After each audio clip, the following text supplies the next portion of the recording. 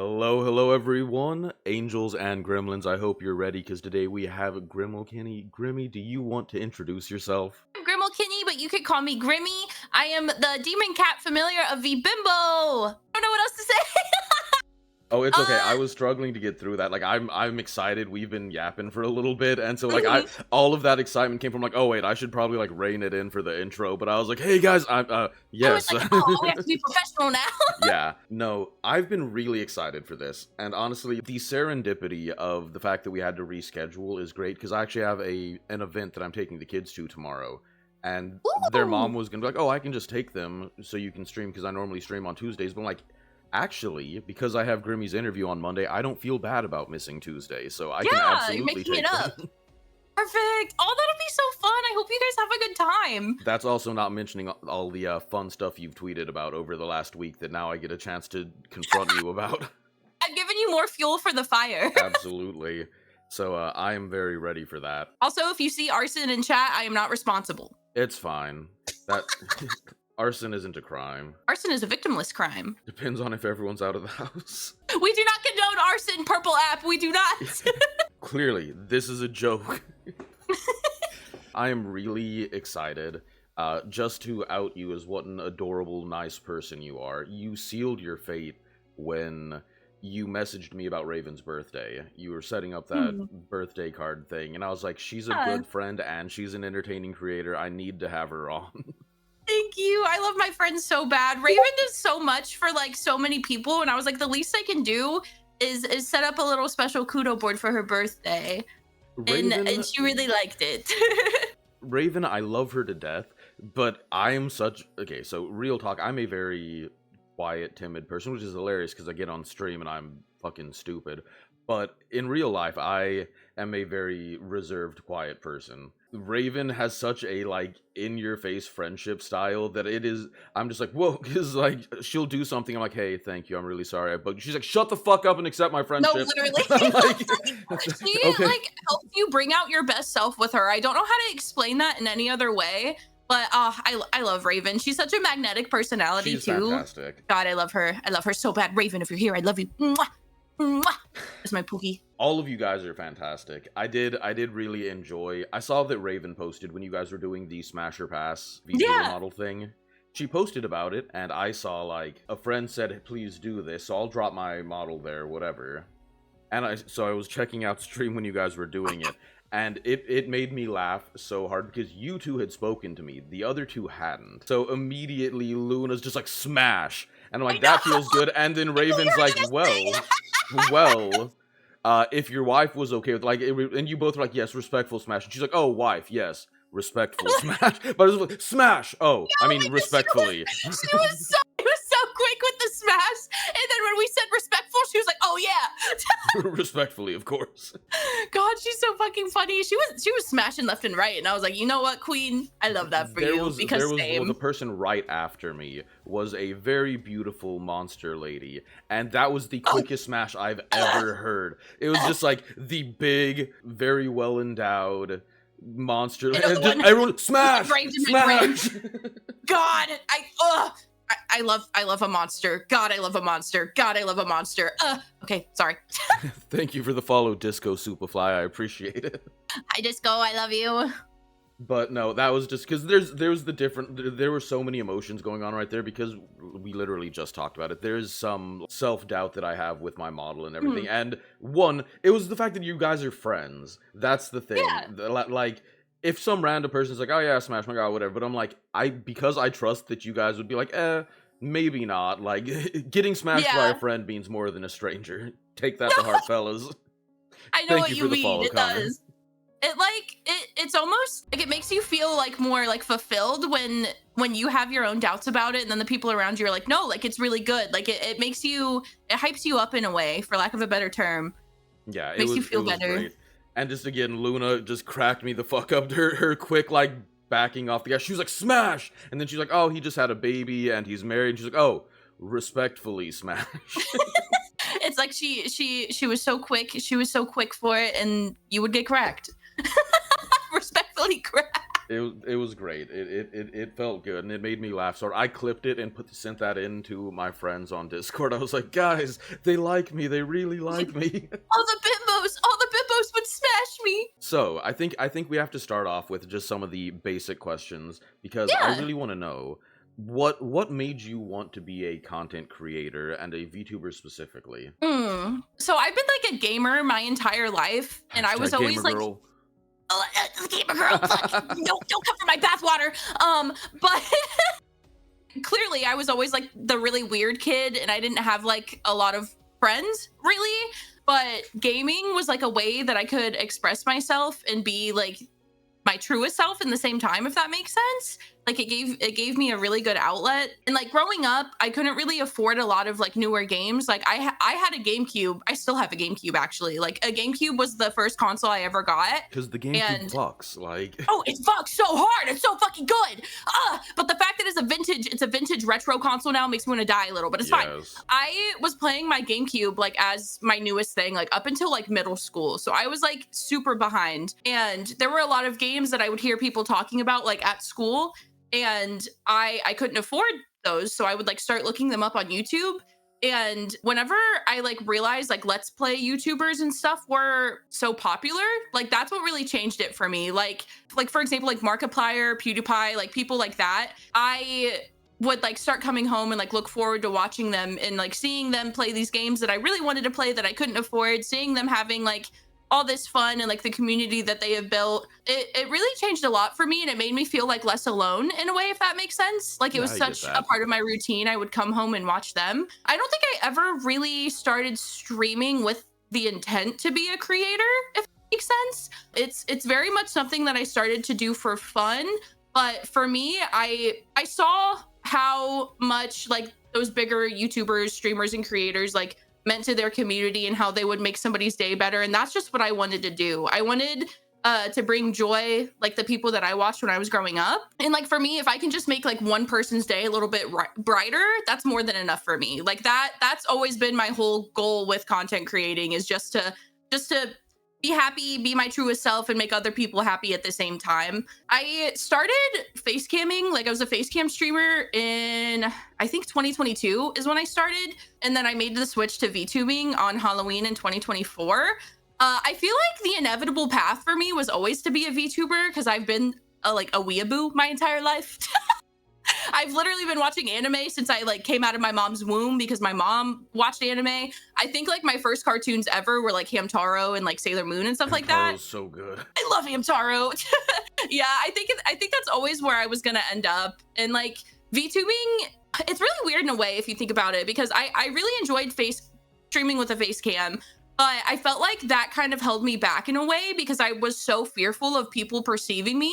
Does that make sense? Absolutely. Like, and I was still having fun and I was still doing the best that I could, but I would get really in my head about a lot of stuff, because I'm like, all these people are just looking at me and my face, and that really like messed with my brain and made me very, very weird about things. And when I became a VTuber, even though like, I feel like a lot of the time people think VTubers like put on a mask to be a different person, but for me, my model has allowed me to be the truest extension of myself. Because I'm not held back by the fear of being perceived. That's very true, because I feel like it does give you some of the freedom, because there's shit that I do that I know if people could see me, it would be, yeah, exactly. Like some of the like reactions I have, like I'm glad that no one could see the pilot doing that, because like I would die, but it's totally fine. It's okay. Yeah. No, I can respect that. And I do think that brings up a good point of, I mean, that is the stereotypical joke, is VTubers are all behind their models because they're either hiding something or they're ugly. It's like, I don't know. It's so hot. Don't get me wrong.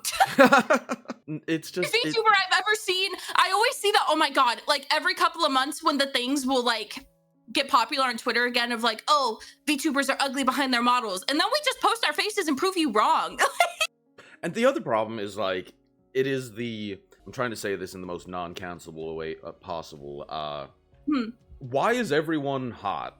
Like, that's the problem too, is it's like, not only are, because like, they're like, oh, they're all men. And I'm like, oh, well, a lot of them aren't, but it's fine. Literally. But then it's also like, and on top of the fact that they just proved that they are women, they are also like very attractive women on top of everything else. Exactly. And it's like, the thing is like, we don't have to, people are going to hate you for like everything. People are always going to hate on the things they don't understand and the things that they think are weird. Like that just, you know, that's going to happen anywhere. IRL, online, shit just happens. And we don't have to prove anything to anybody. But when we do, It's just but such when we do, it's like, fuck it's you just guys, such we're an hot. interesting thing because like you said, even in real life, like it's the same shit as like being at work and people being like, oh, you have no idea what you're doing, you haven't been doing this long enough, whatever. It just feels like they had to find something. I don't know. It's rough. It feels like it always ends up being a mirror of the insecurity of the person saying it.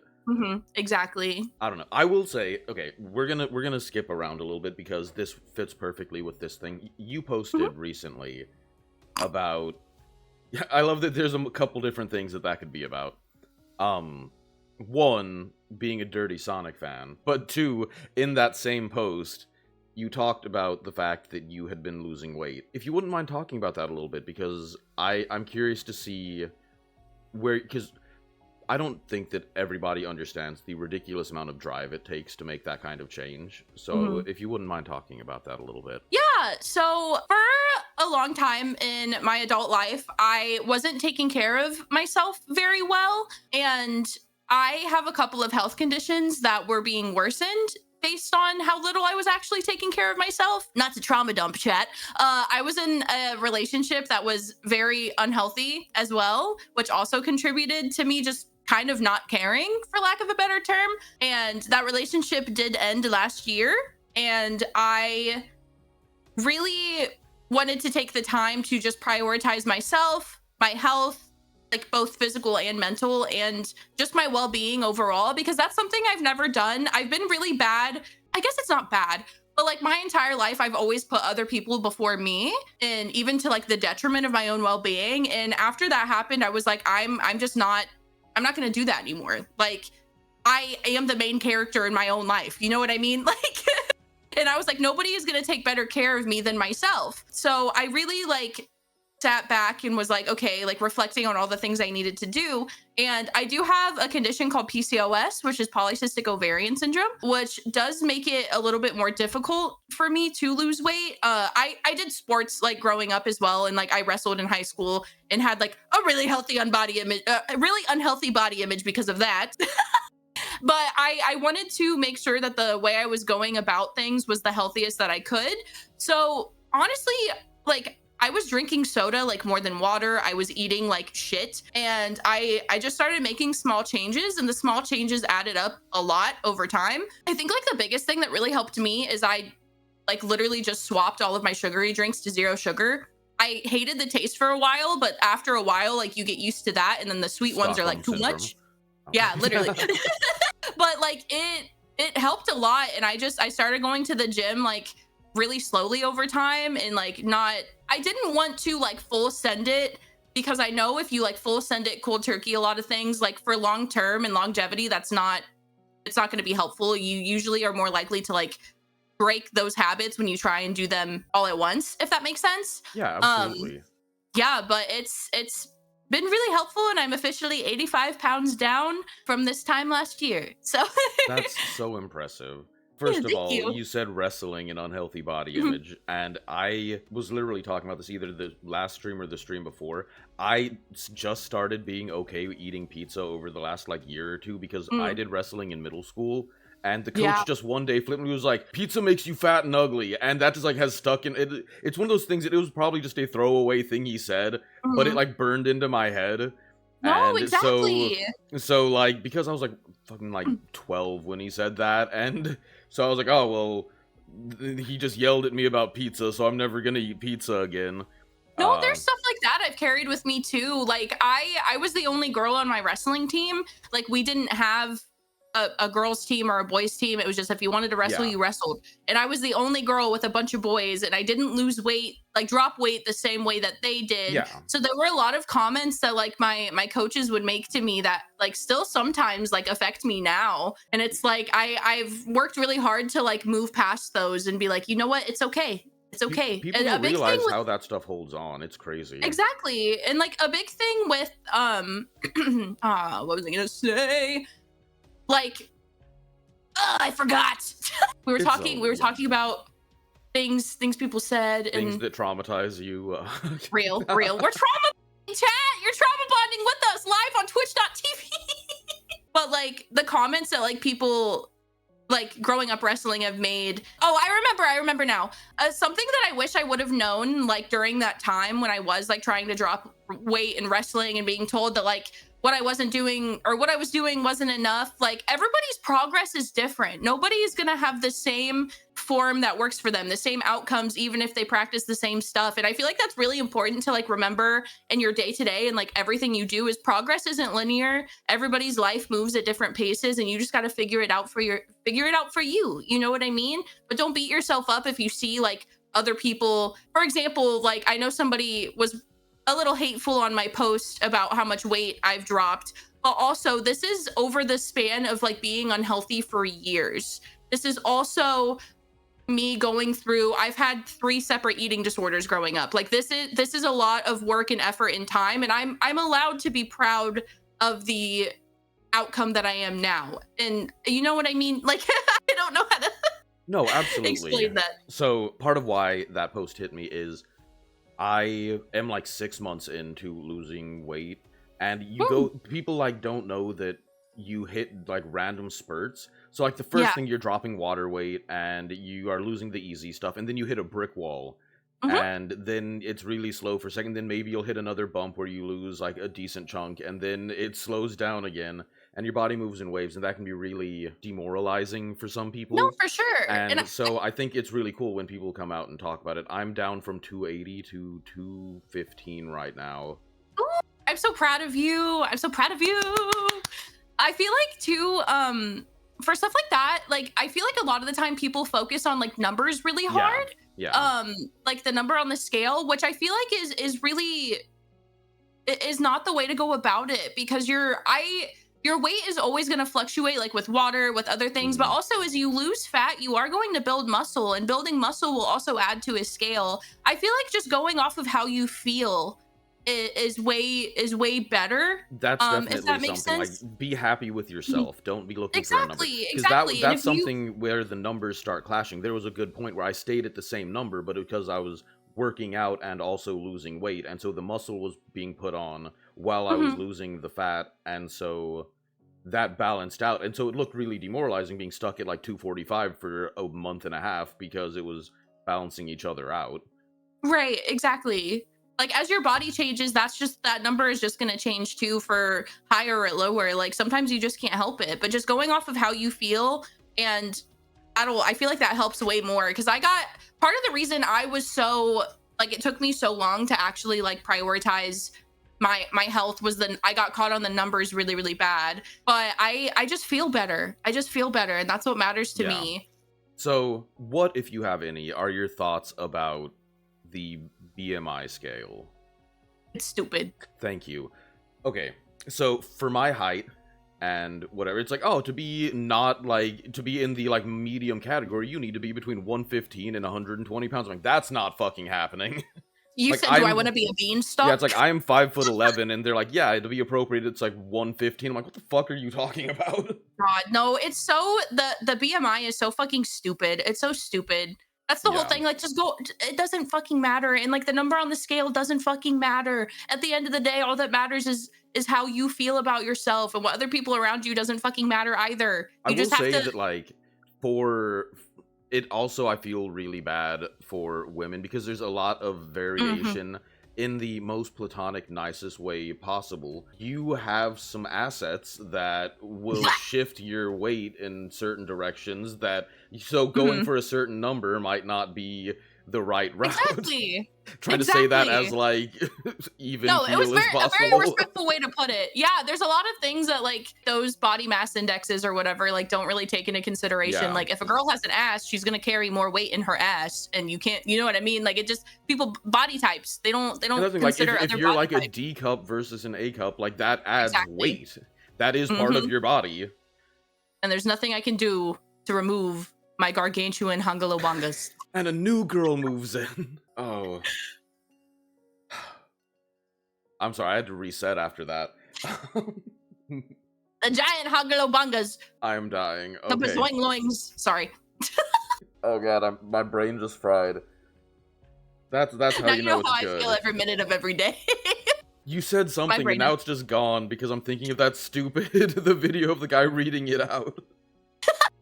Oh no. You said something so good. Oh, yes.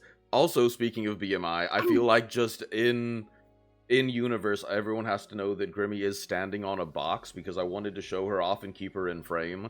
So Yeah. I'm actually like 6'4". Neo is just Nero. Cereal? I'm really bad at names. It's okay. Cereal. Nero's fine. Cereal. Okay, everyone calls everyone calls me cereal, and I love it. I honestly like. At first, I was like, but then like everyone started calling me. All right, I guess it's just cereal now. Wait, how big is one of your wings? I mean, that's a really personal question, but sorry. We gotta take this to a different site for that question. There we go. It's about long enough for me to put it around your shoulder and be like, oh, just stretching at the movie theater. The fucking kabedon, but with a wing. I'm not small. I'm tall. Cereal is just way taller, but I'm not small. I'm not small at all. Small. I'm huge, actually. Oh, there we go. I knew it wouldn't take. Yeah, I was gonna say it wouldn't take long for someone to jack it off after some of these comments. Woo! Jack it off time. So chat, we're jacking off. Sorry. Okay, so in the most loving friendship way, you're an absolute gremlin. As I've been like studying you and checking out your streams and everything, I'm sorry, that is a big thing for streamers to say. It's like, oh yeah, I have total gremlin energy. I'm like, you don't understand. Like, if you haven't seen Grimmy, you don't know what gremlin means. Honestly, what a fucking honor, dude. No, it's just because you always see that. People like, I kind of get crazy sometimes. I'm a total gremlin. I'm like, no. Like, the embodiment of gremlin is Grimmy. And if, like, even just sitting down to talk with you, it's like, it's always there. It's not like I have, like, gremlin mode. It's like, you are just gremlin person, and sometimes you can be serious. Yeah, I literally, the worst part is, okay, what's not, I feel like some people feel like I'm really different off stream, like I'm not as like this. No, I'm literally like this all the time. My brain has one setting, and it's just this. This is just who I am. I was gonna say, having worked in the background with you, can confirm that, like, you're getting her. It's okay. This is who I am, chat. The gremlin vibes. Yes, absolutely. It's fantastic. That is part of why I find the V-bimbos so interesting. From everything that I've seen, it's a huge concern, honestly, when I'm doing some of these, because I'm like, I have no idea how much of a person's everything is their stream persona versus what I'm going to get in the background. And I'm terrified to work with somebody that I like look up to or something and find out that they just are not the nicest person. But from everything I've seen, all of you guys are like, no, like, this is just them. Like, oh, there might be moments where you turn it up for stream a little bit or you exaggerate, but like, it's you. Like, you're not a fake person. Yeah, thank you. I know what you mean. I worry about that too. Like, as I start to become like, there are some people I've watched for years that I'm now like becoming friends with, but a lot of them are just the same. Yeah. Just the same. But you never really know. You never really know, and I can understand that fear for sure. I'm glad that the V-bimbos could help a little bit. I have to run the statement that has not been a problem with anybody I've interviewed so far. Everyone I've gotten to has been fantastic. It's just that worry in the back of your head, like, I'm gonna come across that one person that it's like, oh, I'm disillusioned now, and I don't know how the interview's gonna go because now I'm like, oh, you're not the nicest person. Right? No, I know what you mean. It goes into the whole thing with like, you never really, like, you can have internet friends, but you never really know how somebody is in real life type thing. Yeah. I feel like, yeah, I can understand that. So I have to point out what a like loner loser I am for most of them, because like, I'm sorry, I spend time with my wife and my kiddos, and that's pretty much it. And then being I do a loner loser, that is okay. I just mean I don't have like my friend group that I go do stuff with. My wife is my best friend, and we go do stuff together, but that's about it. And I don't need much. But I had a moment where I realized I had not, for reasons other than stream or content, talked to anybody outside of my family since the baby was born. It's been 6 weeks. And then when I was sitting there working on the model with Raven, I had that realization where, like, we finished with the model, and we're just yapping, and we talked for another hour, and I messaged her after, I was like, hey, not to be weird, but I just realized how much I needed that, just sitting there with a friend, being on call for a bit, and she's like, oh yeah, anytime. Yeah, and then she made fun good. of me for being like, ha, you said the word friend. And I love her. She is so like that. She'd be like, haha, we're friends.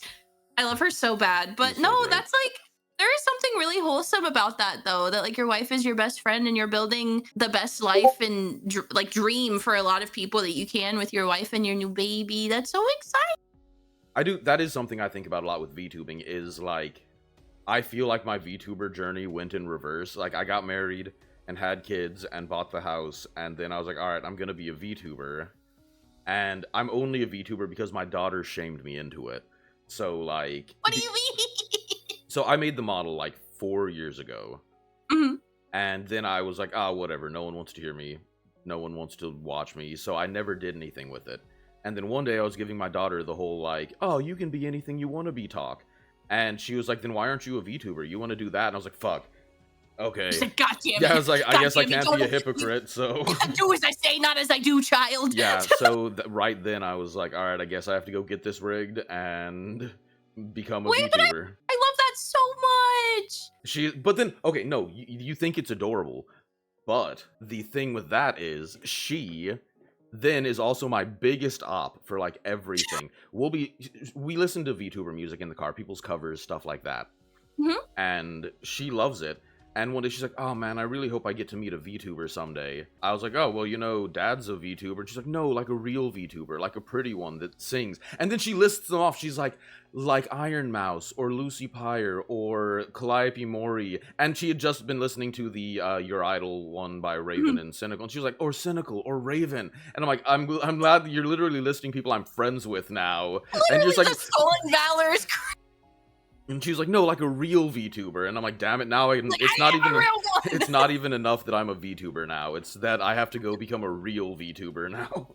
Oh my God, you like, I have to live up to my kids' expectations. Yeah, but That's so it's fucking just, I'm like, I did this for you, and you're just like, no, you're not real yet. Honestly, that's a good that's good motivation to have a child that is your number one op.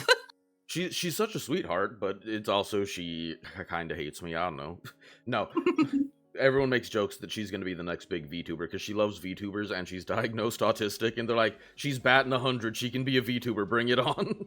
Dude, she's gonna take over. I'm gonna be here for the day that Serial's child takes over VTubing. We all have to support the child. She's gonna show me up. Okay, so the other thing is, my mom has like a ridiculous amount of followers on TikTok, and I find that hilarious because I'm like, I love that my daughter doesn't think I'm a real VTuber, and my mom's kicking my ass on metrics. Like, what the fuck is going on? Don't look at grandma's analytics. No, it's ridiculous because she's in like the prepper like area of the internet. She does a lot of like, hey, this is how you make a med kit, and if you find like some wood out on the side of the road during big trash day, you can pick it up and make a chicken coop and shit like that. And dude, I might follow your mom. It's just, she wrote a fucking book, and I'm like, so my mom has like a prepper book, and she has like hundreds of thousands of followers on TikTok, and I'm just like, dude, holy shit. Dude, that's a crazy niche too, but I'm glad that she found that and like blew up. So a book funny. A book is crazy. That's like a fucking huge achievement. And I still have to teach her how to do shit with phone. I'm like, how are you more successful than me? Then you have to be like, how do I post this video again? Like, what do you mean, Mom? It's like, I'm about to go to you for metrics, tips. but I gotta be your tech support. Yeah. You know what? Are you even a VTuber if your chat doesn't hate you a little bit? Yeah, I've sort of realized that. I have to put my chat in a cage. We will simultaneously hate each other and get extremely gay with each other, so it's fine. Oh, exactly. At the same time. Yeah. I literally have to fucking put my chat in the cage a lot when they do arson, and then sometimes I take them out. They're like, no, put it back! Yeah, put it back! I didn't say it was bad. They're like, I feel safe in here. Oh my God, wait, I this is a tangent a little bit about the cage. I freaking had, like, I had to redo parts of my PC because my PC was really fucked up, and I moved stuff around and deleted a bunch of pictures and stuff I didn't need, and I accidentally deleted the, like, I called it baby jail, is the cage that I put them in. I accidentally deleted the PNG I had for that, and I couldn't find the same one, and every time Every time I put it up on stream, it was one of those fake PNGs that like have all the checkerboard background. Yeah. And now that's just what it is. That's great though. You just roll with it. That's the scuff of VTubing. Everybody makes the joke about like VTuber scuff, but it's real, guys. It's real. And the thing is, like, it's not on, like, I know that you sort of have to play into it, and like, you can either get upset by it or just roll with it. But people are like, oh, it's probably fake. I'm like, no, it is not. I meticulously tried really hard to make sure everything was good before I went live. Everything just broke. No, exactly. And like as soon as I hit that go live button, OBS is like burr. Yep. Yep. Like, guys, I promised this was working 5 minutes ago. Literally.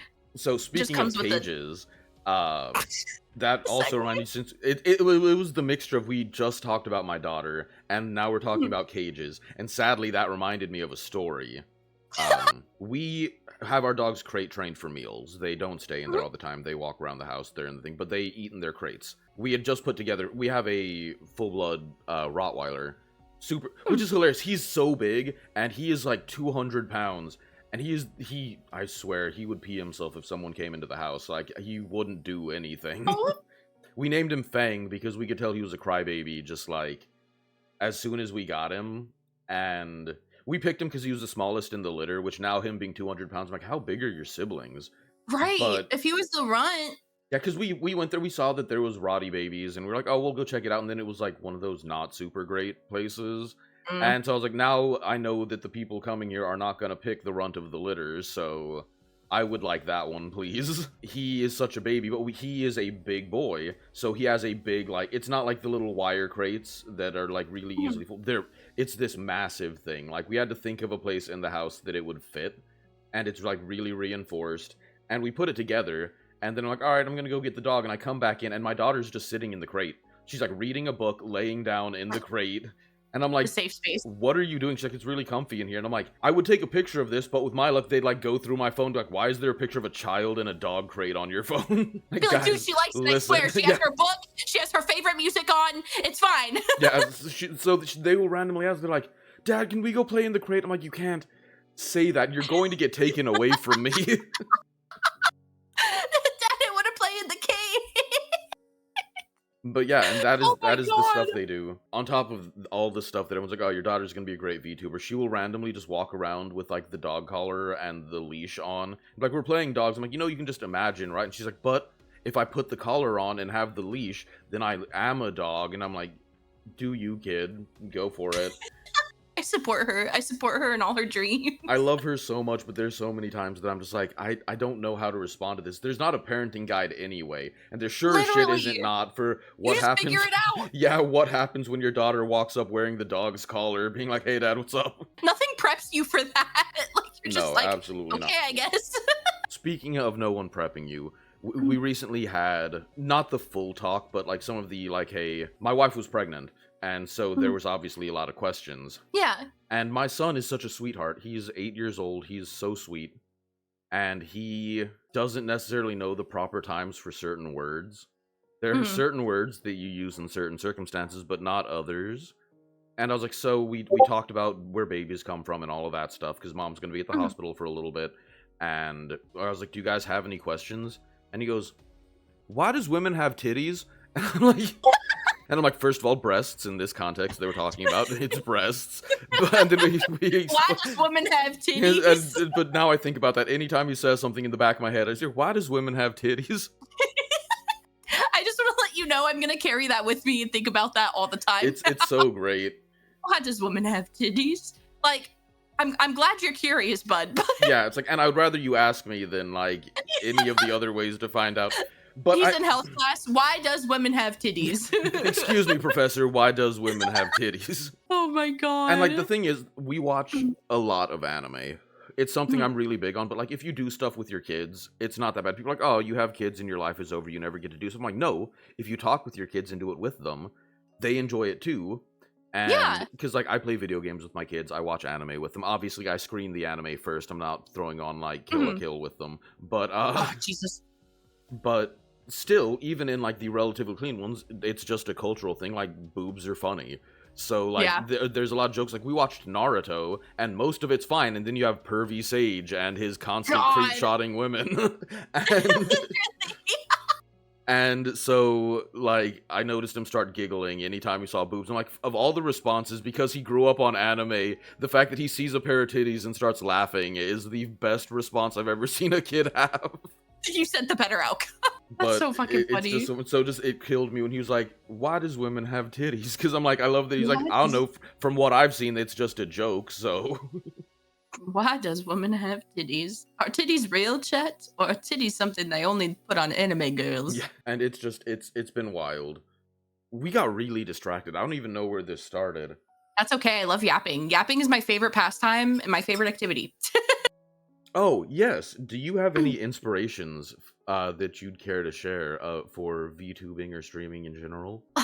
Okay, so for VTubing, like specifically, I feel like the biggest person that made me want to be a VTuber is, funnily enough, Chibi Doki. Interesting. Because when I was a facecam streamer, I was still myself, but I was like watered down. Mm-hmm. And I was like, oh my God, like Chibi is just saying whatever comes in her brain, whatever she wants, like all the time, and not really giving a fuck. Like she's just so goofy. And I was like, that's who I want to be. And I feel like every VTuber is like really inspired by Iron Mouse in a way. Like for all the things she's done for putting VTubing on the map and like making it more mainstream, but also because of all of the hardships that she has to overcome in her day-to-day, and then still being able to achieve her dreams and put her best self out there for her chat and all of the people watching and enjoying her content. Like that really, really inspires me as well. And this part might be a little silly, but I feel like my biggest inspirations now are the friends that I've made around me. Like Raven and Luna and KB, like the bimbos, and then also some other friends. They not only like inspire me based on the content that they put out and like how they are with their chats and things like that, they also inspire me to be the best person I can in every way in my IRL life as well. So I really look up to a lot of my friends, and they push me better push me to be better every single day. I can see that. That is really it's a real thing, and it is. I feel like it is one of those things. Like obviously, you have the big swingers that are people that you're like, wow, I could be that someday. But I feel like there's also different levels of looking up to people. Because I'll tell people, like, I have my inspirations, but none of them are, like, massive. And like, well, why not be inspired or why not look up to... I'm like, I'm not saying I don't. But it's these people... There's something about watching, like, Iron Mouse that feels like a galaxy away. But watching people who, one, have been willing to help you, but two, it sounds bad. But, I mean, it is almost an, like... maybe one day I could get there and be friends with this person versus, like, maybe if the stars align, I might be able to inhabit the same space. It feels more like something that you can strive toward. It's the what is it, the 1, 5, and 10-year goals? Yeah, exactly. Short term and long term. And like with like the bimbos specifically, like we talk almost every single day, if not every day. I know a lot about the girls, and seeing the things and hearing about the things that they have went through, and you know, the things they struggle with every day, but then them still being able to push themselves in other ways to get ahead of their dreams and chase their dreams is really, really, I want to have the same drive that they do. Does that make sense? Oh yeah, absolutely. Like in it, I can see all of the hard work and all the hard work and hardships at the same time, and the fact that they are always able to rise above and put out like the things that they want to do, like that inspires me the most. I think it's also, it's funny, but we're also going to be talking about the same people you were, but with getting to talk to Raven and seeing some stuff in the background, when you see stuff like that, it's different than, because like, yeah, everybody would love, like, I'd love to go live to 5,000 people someday, but again, that's just a like out there nebulous idea of something. But when I see Raven and I'm like, oh my gosh, that's such a good idea, I would love to have a toggle like that. Or I didn't even think about doing something like that. I should have a scene like that or something like that, where it's just something that it helps you, it helps it click in your head, where you're like, exactly. I can. and obviously you're not doing it like I'm trying to jack your style sort of way, but it's just a like it never crossed my mind, and I have such creative and amazing friends. Exactly. And also having that source where you're like, you can run it by them, be like, hey, do you think it would be a good idea if I got a toggle that was like this, or I had a scene set up like this? It is a different, because like you respect their opinion on that. Yeah, no, I totally get it. I feel the same way. And there's like so much. God, I love Raven so bad. I could yap about Raven forever. She like is such like a kind and caring and just amazing person to know. And when I see stuff that she's doing and I'm like, oh, that's cool. Like one thing that I love about her is she's always like, oh, well, this is how I did it. This let me help you figure these things out too. Because I guess it kind of goes into the same thing you said, parenting, but there's not really a VTuber handbook. Like this is all shit that we like figure out as we go. And you know, I know that there's like a lot of gatekeeping and things where people are like, no, like I had to figure it out, you figure it out too. Raven's just not like that. She's like, I will give you the same tools and resources and tell you how to do everything the way I did. I don't know. I appreciate that of her. When I interviewed Raven, we spoke specifically about that, because that's something I've seen from her. I'm like, for as much as information seems to be sort of gatekept, the fact that Raven's just like, I'll show you how to do anything. It doesn't matter. Like, absolutely. And I think that's really admirable. We had a whole conversation about how people, I understand that technically, yes, there's a finite amount of viewers, but it's not so finite that every little thing has to be a competition. Obviously, if someone's jacking your whole steez and playing the same thing at the same time and all of that stuff, it gets a little competitive. But for the most part, like, I'm sorry, I talk about this all the time. People are like, oh, you're doing interviews to try to jack their audience or whatever. I'm like, I'm not a cute anime girl. I'm a, like, I'm you said I'm a rugged anime man. No, I'm not even rugged. I have my Twinkies and cream going on, but yeah, you classy. But it's one of those things where it's like, I do this because I enjoy it. Other than that, I play old ass fucking games. I'm not trying to jack anyone's seats. I talk to people because I enjoy it. Yeah, and so that's one thing I really liked about the interview process with you is you just actually care. Like you put so much time and effort and like research into doing this that I can tell it's just something that you're passionate about, and I really appreciate that, because there are some things that people are like, oh, like this, if I do this with this person, it'll make my numbers jump and that'll help me out. But you do it for the love of the game, for lack of a better term, and it's really appreciated. And I hope you know that like the people that you're doing these interviews with, and I imagine even chat, like we can tell how much you care about it. And it really does show. All the hard work you put into it does show. It is hard because you have to care about it, because you can get the most interesting person in the world, but if you don't care, that's going to come through. But also in the same way, I've had people who like, they were very nervous because they've never been interviewed before or something like that. But because like I genuinely, like, I know that you're an interesting person, so I'm going to set this up to make it the most interesting. I've watched you, I've watched your clips, I've watched your streams, I've been watching you online, which always sounds creepy, but it's meant with the most love. No, I understand. But like, so I will do my best to pull out the best side of you, because that's what I want people to see, because that's what I see in you. Why am I crying in the club right now, Chad? So kind. I'm sorry you had to watch all my stuff. The Grimmy you see on Twitch and the Grimmy you see on Twitter, I post those things, I say these things, and then they leave my brain forever. So sometimes when people will reference one of my clips, I'm like, fuck, did I say that? Or sometimes I have that all the time. Or people will be like, I saw you tweet this, and I'm like, pretend you didn't. It's just me shooting it out into the ether. It just feels like one of those, anyone could come up with anything, be like, yo, did you say that? And I'm like, shit, man, probably. I don't know. Be like, I might have. Fuck, I might have. That was me from a different day. I'm a new person now. That was Grimmy yesterday. That's Grimmy 25 minutes ago. We are not the same. That person doesn't exist anymore. That would be me making my VTuber apology. Like, I'm really sorry about the thing I said 30 seconds ago. I've learned and grown from that. I've reflected and I've moved on to be a better person. Oh no, it's the black text on a white background. Yeah. Oh no. No, I will embarrass myself a little bit, because I am fully aware that I am a worrier. And I also worry about how certain things. I speak my mind as much as possible. I don't care if people think things that are accurate about me. You're allowed to think I'm an asshole. I don't care. But when it is something I'm worried about something being misinterpreted, that is where I get worried.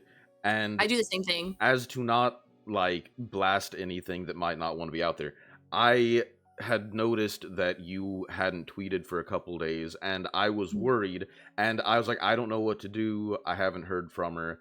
I was it had nothing to do with the interview. I was just like, I hope she's okay, and I didn't know what to do. So I reached out to Luna and Raven because I had their contacts and was just like, hey guys, this isn't about the interview. You don't have to give me any information, but can you just give me like a thumbs up that Grimmy's okay? And they both were like, yeah, she's good. Everything. I was like, all right, cool, thanks. I just going through it. Going through it a little bit. I really appreciate I felt that, like though. I felt like such a weirdo. I'm like, I know Raven knows me, but Luna doesn't know me that well. So I was like, I know that I'm just some random person messaging you, but I promise this has nothing to do with anything other than I just want to make sure that she's doing all right. Is she good? Thank you. Thank you. Yeah, I'm good now. I feel bad sometimes because I feel like it is easy to notice when I'm not doing the best because I tweet so much dumb shit, like literally just dumb things. And then I won't tweet for a while because things are hard and I can't really communicate with people on the internet well when I'm not in the best headspace. Yeah, and then everybody's absolutely. like, did Grimmy die? No, I'm here. I'm just browsing. Yeah. But I no. am doing a lot better. Life has been crazy, but I just felt like the like appreciate you concerned checking. parent like texting all my kids' friends being like, hey, have you heard from them? Are they okay? They haven't come home yet. Literally, it's past the curfew. No, and then I was worried about like, I don't want to look like I'm like, hey, we have something to do together. So I had to be like, this has nothing to do with the interview. I'm genuinely just like, I want to make sure you don't have to tell me anything. Just be like, yeah, she's okay. Yeah, I promise it never came off any type of way other than genuine care, and I really do appreciate that. And I'm glad I get to call you a friend now. No, that's why, like, immediately you responded, you're like, hey, yeah, I'm doing okay, I was just taking some time away. I immediately was like, if you need to push the interview, or if you just don't want to do it, that's totally fine. I just wanted to make sure you're okay, because I'm like, I don't want her thinking that I only care because of the interview. So I needed her to know that, like, it's fine. If anything has happened, we can move it, we can cancel it, it's totally fine, just as long as you're doing good. I appreciate that. I really, really do. Sometimes, like, it's so hard to try balancing your IRL responsibilities and your online ones too. And unfortunately, that's just been something that, like, my IRL will overwhelm me to the point where I can't be online, if that makes sense. Absolutely. Oh, Oh, I have the poopiest work schedule in the world, and I work every day all the time. And life's crazy. I don't know. I am the kind of person, I didn't have social media before becoming a VTuber. If you look at anything I have, it all started in January of last year when I decided I was going to be a VTuber. Before then, like, I had a personal Twitter that I used specifically to follow, like, one VTuber and the people I met in that community. My personal Facebook hasn't been touched in 9 years. And oh, holy shit. Yeah, I have an Instagram that I don't think I've posted on since, like, 2017-ish. So, like, I'm so bad at social media, and so it overwhelms me a lot. Like, I'll get on, like, I have this funny tweet I'm gonna post, and I'll pull up Twitter, and because I do mostly VTuber stuff, you'll get, like, hit with, like, every VTuber drama. I'm like, never mind, I'm just gonna shut my phone and go to bed. I don't want to be here anymore. I haven't been here for 3 days. Why did I came back and everything's on fucking fire? It's the gif of the guy walking in with pizza and the kitchen's on fire. Literally like, oh, okay, everything's fine. This is fine. I'm like the most chronically offline VTuber I think I have ever met. I literally was talking to one of my friends the other day. I was talking to my friend Koa Bolt the other day. He's a really silly, fucking dumb himbo VTuber that I love with my whole heart. He said something because I'm really bad at responding to DMs sometimes. And like, we were like just catching up a little bit. And he was like, don't worry, I care about you even when you don't know wall me. And I said, Koa, I don't know what the fuck that means. And then he said, oh, ignore me. And I was like, oh, so I have to look it up. And he's like, no, Grimmy, it fucking means ignore me. No. Like, I'm such a hag with the terms. There's some shit. I'm just like, dude, I don't know. I don't know what things mean. I just learned what chud was the other day. Yeah. So I have somebody that I'm going to be interviewing next week, and that is going to be the whole premise of it, is I don't know, what are the kids called? I am straight unk on most things. I don't know what things mean. And he's out there tweeting with all the maxing and the all of that, and I have no All idea the what it means. aura. So, yeah, so I'm like, so I hope Whatever you the know kids are calling a good hour of this interview is just gonna be like, all right, now what does this mean? Bro has a 6-7 toggle, and I still have no idea what's going on. Hold my hand and walk me through the lingo of children now, please. I love this. I'm here. I'm just ghosting Grimmy 2026. That's me. I ghost on accident. And then right after that, dude, the autistic terror of potentially being misunderstood. Oh, real. Oh my god.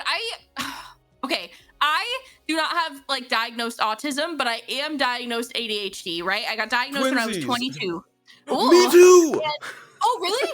Yes, I was an adult and my doctor was like, so who's treating your ADHD? And I was like, what? She's like, oh, I just thought you didn't want to talk about it and somebody else was treating it. Literally, when I went to the doctor, she was like, so how have you been taking care of your ADHD? And I said, oh, I don't have ADHD. And she said, huh, okay. The fuck you do? Yeah, that's exactly what happened to me. Oh my gosh.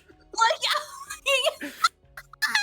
that's so fucking funny. Oh my god, I've never had a fucking individual experience in my entire life, but I have a lot of friends who are like have autism diagnosed, and they're like, Grimmy, you might want to get that checked. And I'm like, what do you mean? And they were like, literally was with a group of friends. I was with a group of like with like, I think it was like 8 people, and we were all sitting at a table. And they were like, I was like, guys, no, like I don't have autism, I just have ADHD. And they were like, oh really? Oh really? One of them mentioned Sonic and one of them mentioned Godzilla, and then one of them mentioned Sanrio, and I just fucking spewed words at them about everything. And they're like, see, normal people don't do that, Grimmy. No, I do that coping too, because like my wife is diagnosed autistic, and she's like, "Are you sure?" I'm like, "The thing is, I don't need to check. It's fine. I accidentally got an ADHD diagnosis when my doctor was like, "Really? Okay." And so I was like, "I don't."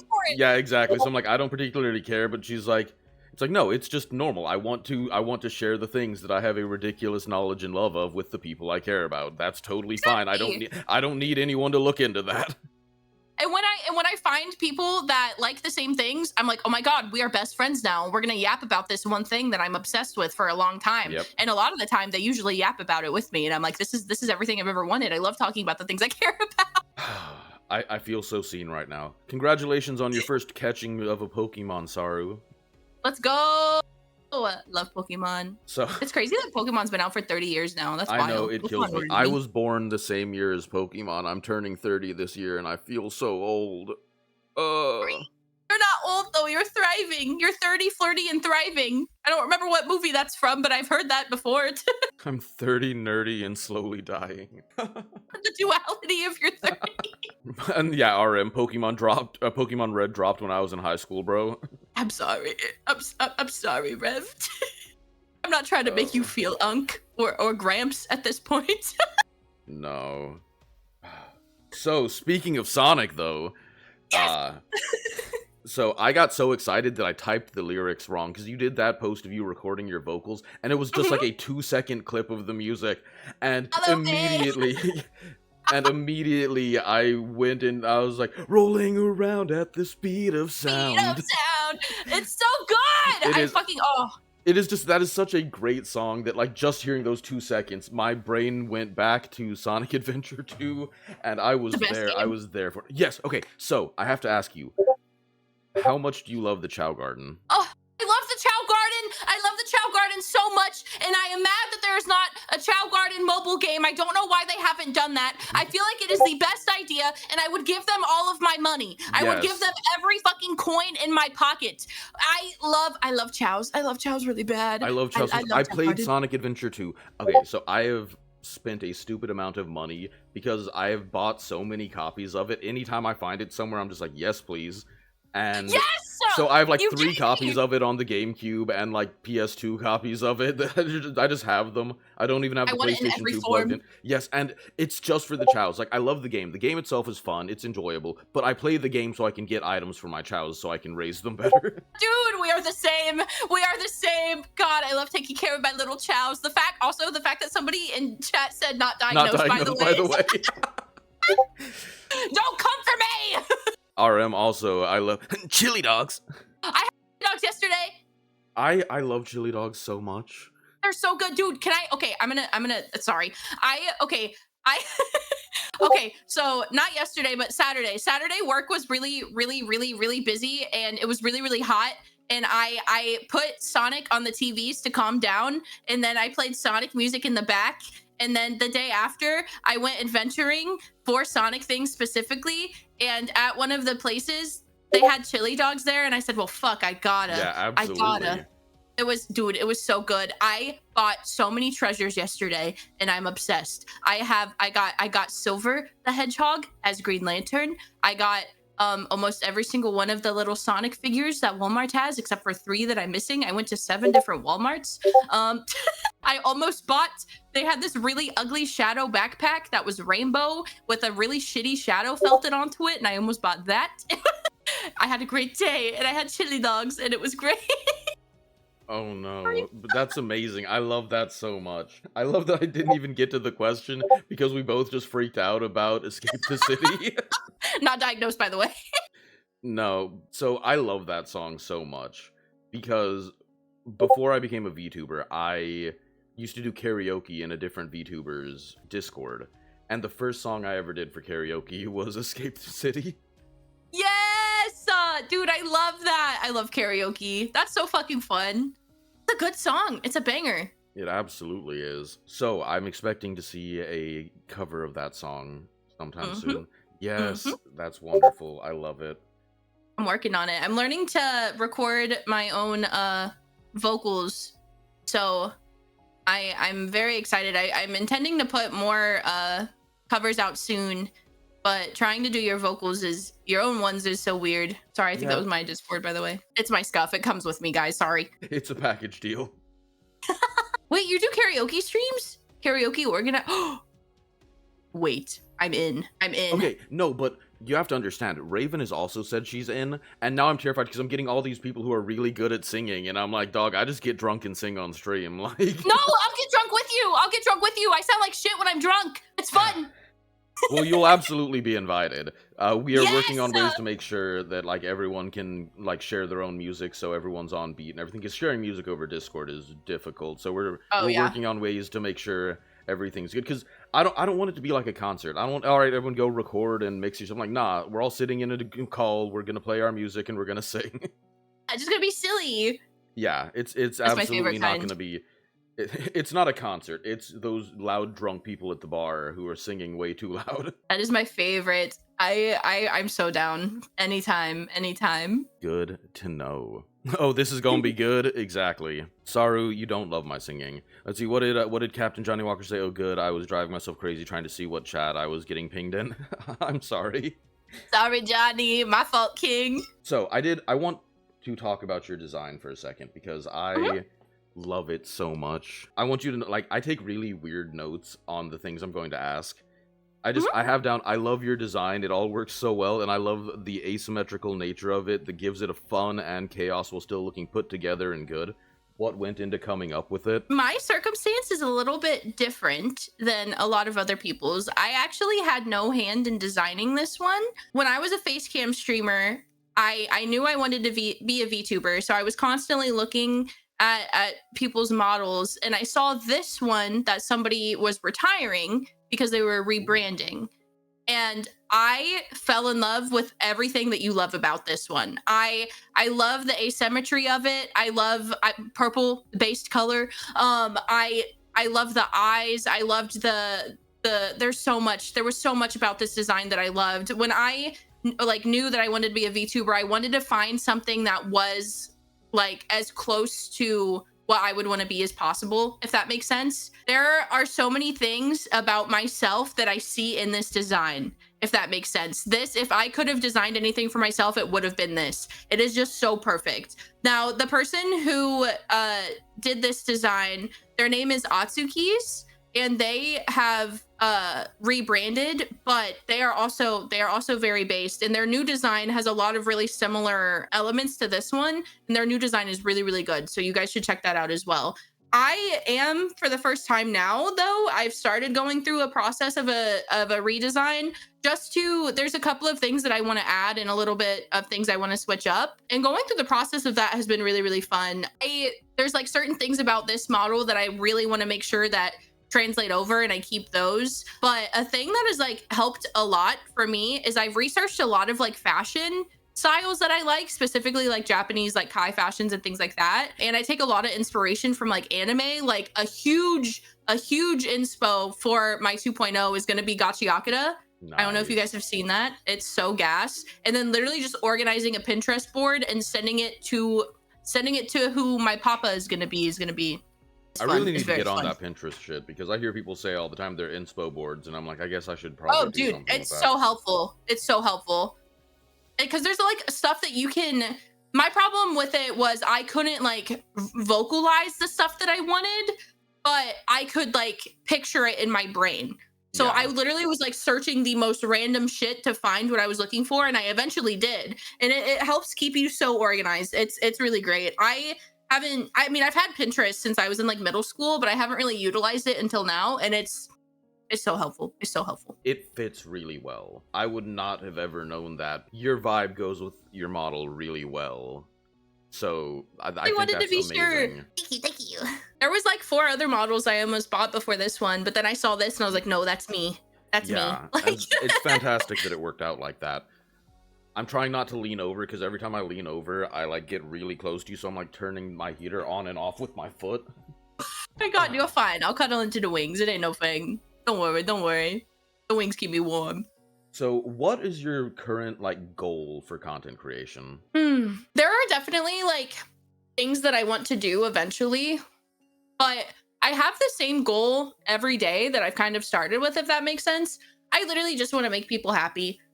I just want to make, if I can make one person in chat stay a little brighter, if I can make one person laugh, then that is more than enough for me. That's all I've ever wanted to do. That is definitely my biggest goal, and I hope that that's something that I carry with me throughout the entirety of my like VTubing career. Now, if we're talking about like other goals, I guess I eventually really want to put out some original music. I'm working on some in the very, very near future, which is why I'm like trying to learn to do my own vocals.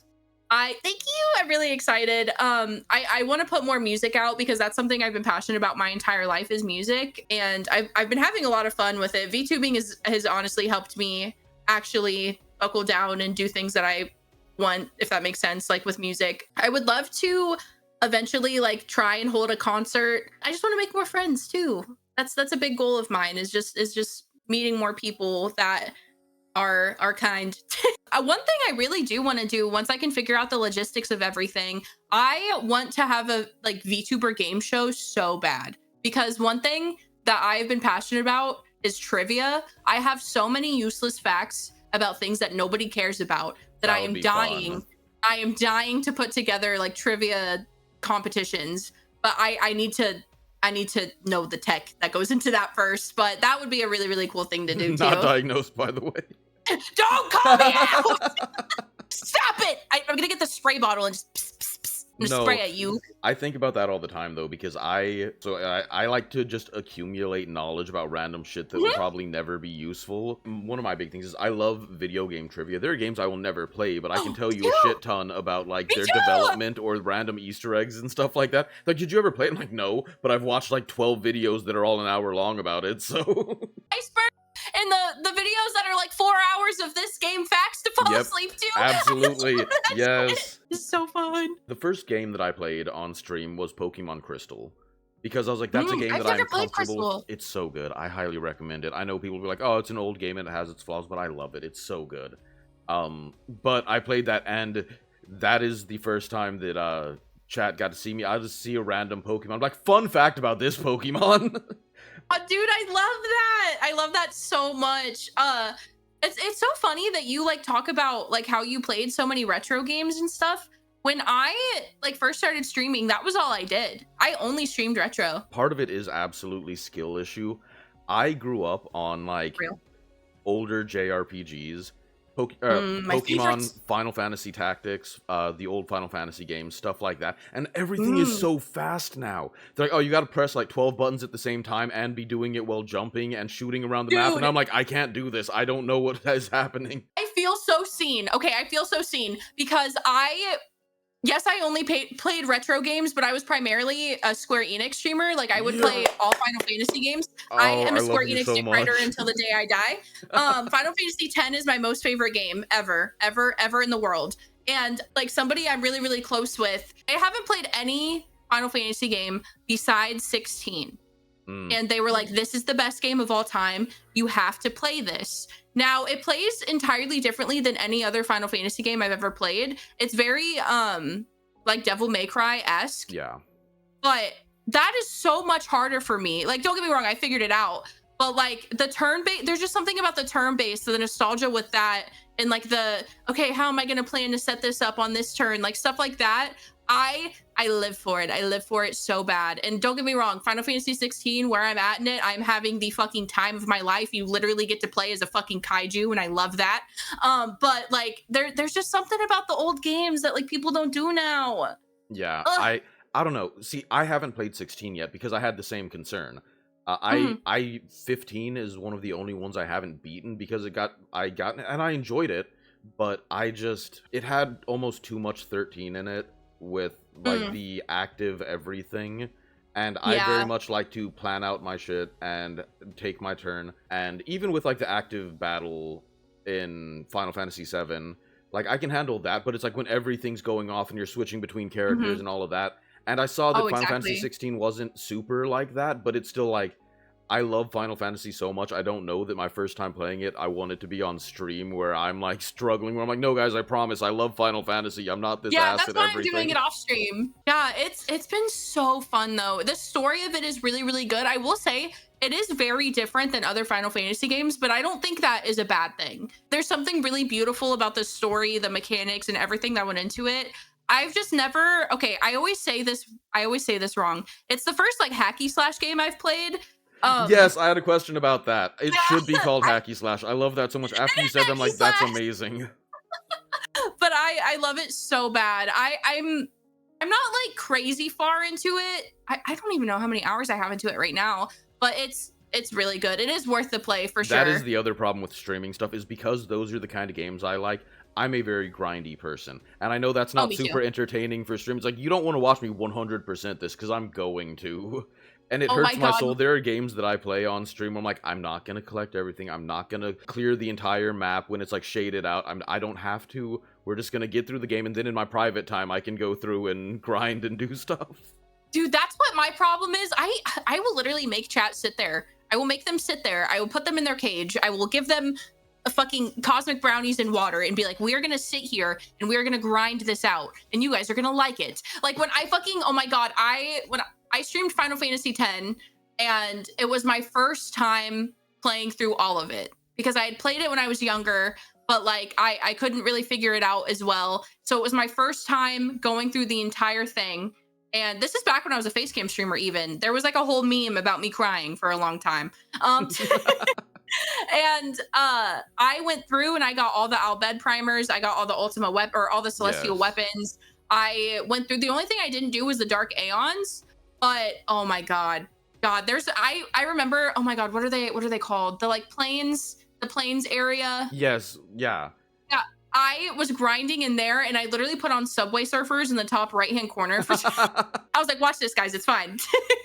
No, you just unlocked like a childhood memory of me and my brother writing notes to each other in Albed, with a like translator from like GameFAQs that we printed off, and we're like writing notes to each other. Wait, that's so. Oh my god, Johnny, don't call me out, by the way. Right now, we're playing Deltarune, and there is a secret boss in chapter 1 called Jevil, right? And this motherfucker, oh my god, if I ever saw Jevil IRL, it would be on site. I think on stream last week on Wednesday, he beat me 37 fucking times and I still didn't win. I remembered so I that had to play something interaction. else. You were like, today is gonna be the day, and then you post like 37 fucking times. Yeah, no, it is not the day. He's so easy though. No, he's not. He's not easy. Jevil Maybe I'm Wald. just bad. I hate him. I hate him so bad. Okay, guys, is Grimmy just girl me because like my friends have tried to get me to play newer things, and the newest thing I've played with them is Helldivers 2. It's the fact that like I know it's not that hard. I'm just that bad. Dude, and I'm like trying to listen to chat, and chat is like trying to give me, they're like, no, do this to avoid this, and I can't fucking figure it out, and I'm just like, it's fine, and then it's never fine. Eventually I will accidentally do it right. No, exactly. There was one time where I got really close to the end of it. No, 2 times, but then I didn't have any healing items left, so I was like, fuck, man.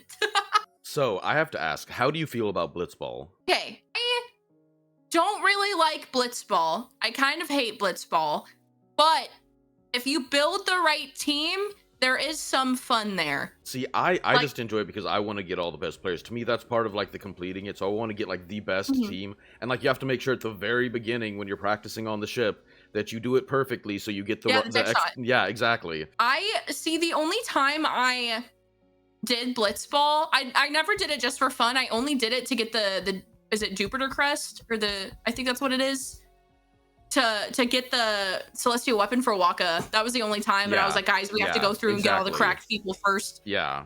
Blitzball was fine. Everyone hates on it because they sucked. I mean, I was a little bad at Blitzball. Dude, some of them are so fucking fast when you play with them, except for the Ronzos. For me, I always get lost in side parts of games. In Final Fantasy IX, I played the shit out of the card game. Like, I would forget what I was doing in the game because I would spend so long just walking around dueling people. God, I love a little side quest. I love a little adventure. There's like one thing that I feel like chat probably gets annoyed of with me sometimes is I will fucking, if there's a place that it looks like I can go there and it's not telling me to go there, I'm still gonna go there.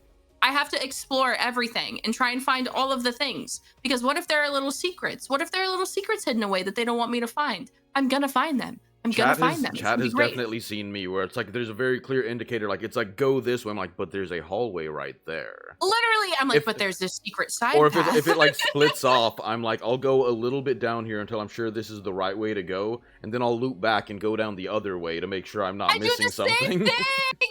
Oh my god, same thing, different font. It's just I don't want to miss something. So it is funny. In lore, I'm a fallen angel because I used to be an angel of death, and then I was told to go kill a demon that I was like, you know what, this demon's not that bad. I fell in love with her, tried to get heaven to spare them, and that made me fall, and so now I hold the balance between heaven and hell.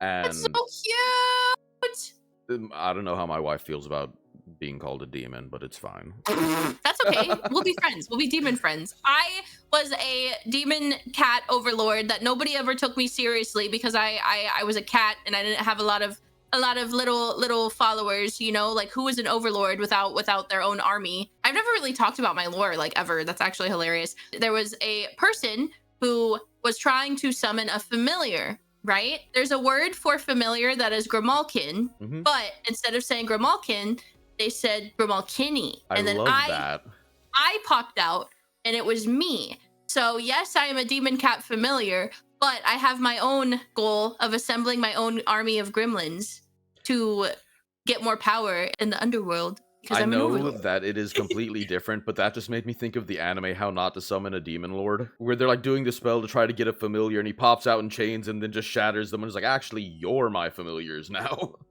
What the fuck? I've never even seen that. Oh, I enjoy it. It's probably not everyone's cup of tea, but I really enjoy it. Yeah, these two summoners try to summon a demon to come work for them, and they summon the Demon King, and so then he immediately subjugates them, and now he controls them, and he's like, well, I'm in this world now, so I might as well take it over. Oh my god, wait, that's me. Wait, that's so me. Did that. Johnny Walker. Oh god, I watched that one. Dude, Johnny has seen almost every anime I've ever mentioned ever. Johnny is actually cracked. I would love to see his My Anime list. So that's interesting. So I've had to learn a lot about anime. My great uncle was an avid anime collector. He has anime from 60s to the 2000s. He passed away, and I've been going through it and like putting it up for sale, checking things out, all that. So I've had to learn a ridiculous amount of about anime. And I didn't realize that some of the collector stuff is absolutely insane. Because it's like, oh, it's almost like trading cards, though, where it's like, yeah, no, this is like $20, unless you have the first run Funimation edition, because Funimation's now a defunct company, and all of that. So now that makes it like $300. I'm like, why? It is the same content. Why does the Dude, fact that it says any- Funimation on it change it? If you have any of the physical media and you need help, I am an avid VHS collector, and I can help you figure out, like, because you'll see a lot of listings that are like, oh, it goes for this much. But I know a lot about VHSs, specifically anime ones, and I will help you list them for what they are if you need help That ever. has been the hardest part, yeah, because like there'll be random shit where it's like a copy of Attack on Titan season 2 and it's listed for like $900. I'm like, no, that's just because you'd like that much. So you have to get like multiple data points and figure out like what is the actual, where are people buying it, where are people listing it, what's the area where it is actually a feasible thing. No, exactly. And there's certain ones that like I have one disc that is part of a series, but it also has like also the demo for this anime that never came out. And I'm like, so like people have it listed for like $300, but I'm like, do I want to sit here with it for as long as it's going to take for somebody to want to pay $300 for it? No, I know what you mean. That's really cool, though. Be like, this anime never came out, but I have the lost media of it. There's my favorite thing that I've found that I'm like, I was conflicted about even listing it just because it's so cool, is it is an entire, like, original run of Cardcaptor Sakura. All the movies, all the episodes they never aired in English, all of that stuff.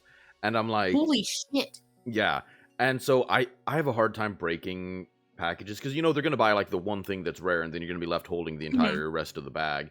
So I listed it, but when you list for like, if you take the individual sell points of all of them, it's like $500, but I'm like, I don't want people just to buy like the one thing that they want and then leave the rest of it. So it's just been sitting on my shelf. My goodness, that's so cool though. It's been wild learning about a lot of it. And since we're talking about anime, I know I had it at like the end of the list that I sent you, but we're going to talk about Erased. So you are the first person I've ever met who has even known about Erased, let alone enjoyed it. I love it so much. I sat my parents down and made them watch it. I made my wife watch it. It's so good. I love it. It hits my soul, and it's so great. Dude, it's so weird because I very much am not a fan of the like time warp genre. Like Steins Gate confused the hell out of me, but Erased just does it in such a way. I love it so bad, and like the character development throughout the whole thing, and how he just wants to save everyone. I love it. It's so good. It's so good. It's so good. And there's I'm trying not to spoil anything, but there's sacrifices that have to be made that it's the way to get the happiest ending, and oh my god, I love it. And it's I'm going to be extremely non-stereotypically masculine for a second. Oh my god, just the little relationship that starts developing. It makes my soul happy. It's so good. Because it's and, like, so innocent too. Like for all the things that anime is, and like it's great. I love it, but it has its time and place. And just this cute little relationship developing between this guy trying to save this girl from his childhood, like it's oh my soul. God, it's so good. I have to shout out Raven because she just popped in. What's up? We haven't been glazing you this entire time. What's up? Raven! Hello, I love you. Hello, I love you. Hello, I love you. But no, it's so good. I would highly recommend anybody watch Erased. It's so good. It's so good. The plot hello, princess. Is insane. That was clearly for me. No, I'm Raven's princess. It's me. I'm the princess. Oh. Little moment. My goodness, Raven, I love you. I can't believe you just hit an ooh for Raven. Absolutely. That's what she deserves. Everybody in chat, get an ooh for Raven and Ooh's out for Raven. Maybe give her a little crazy. A little Oh, now they're redeeming ooh. There's Raven, my ooh. This is all for you. There you go. This is what she deserves. The queen. The queen. Clipping it now. No, I feel like we just have to tease Raven with the fact that you were spoken about heavily about 30 minutes ago. We were yapping about you, girl. We were yapping about you with love, with peace and love. It was a Krispy Kreme factory with all the glazing that was going on. Oh, of course. Glazing and the creaming? Question mark? On my behalf? I was gonna say, like, I was like, I'll pause before I get canceled. We talked about what a good friend you are and all of that good stuff. Yes, talk about me more. It boosts my big fat ego.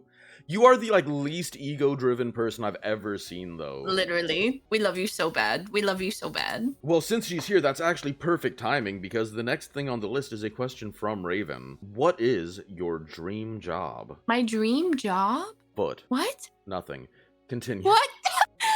God! Dude, there's okay, I know this is not the question that was asked, but my chat has a feet thing. We have a feet guy who has made everybody loves the feet now. People ask me for my feet all the time, and it literally has like freaking trickled into my IRL life because people will make jokes and they're like, hey, you love that stuff. I'm like, no, I actually hate Lies feet and really slander.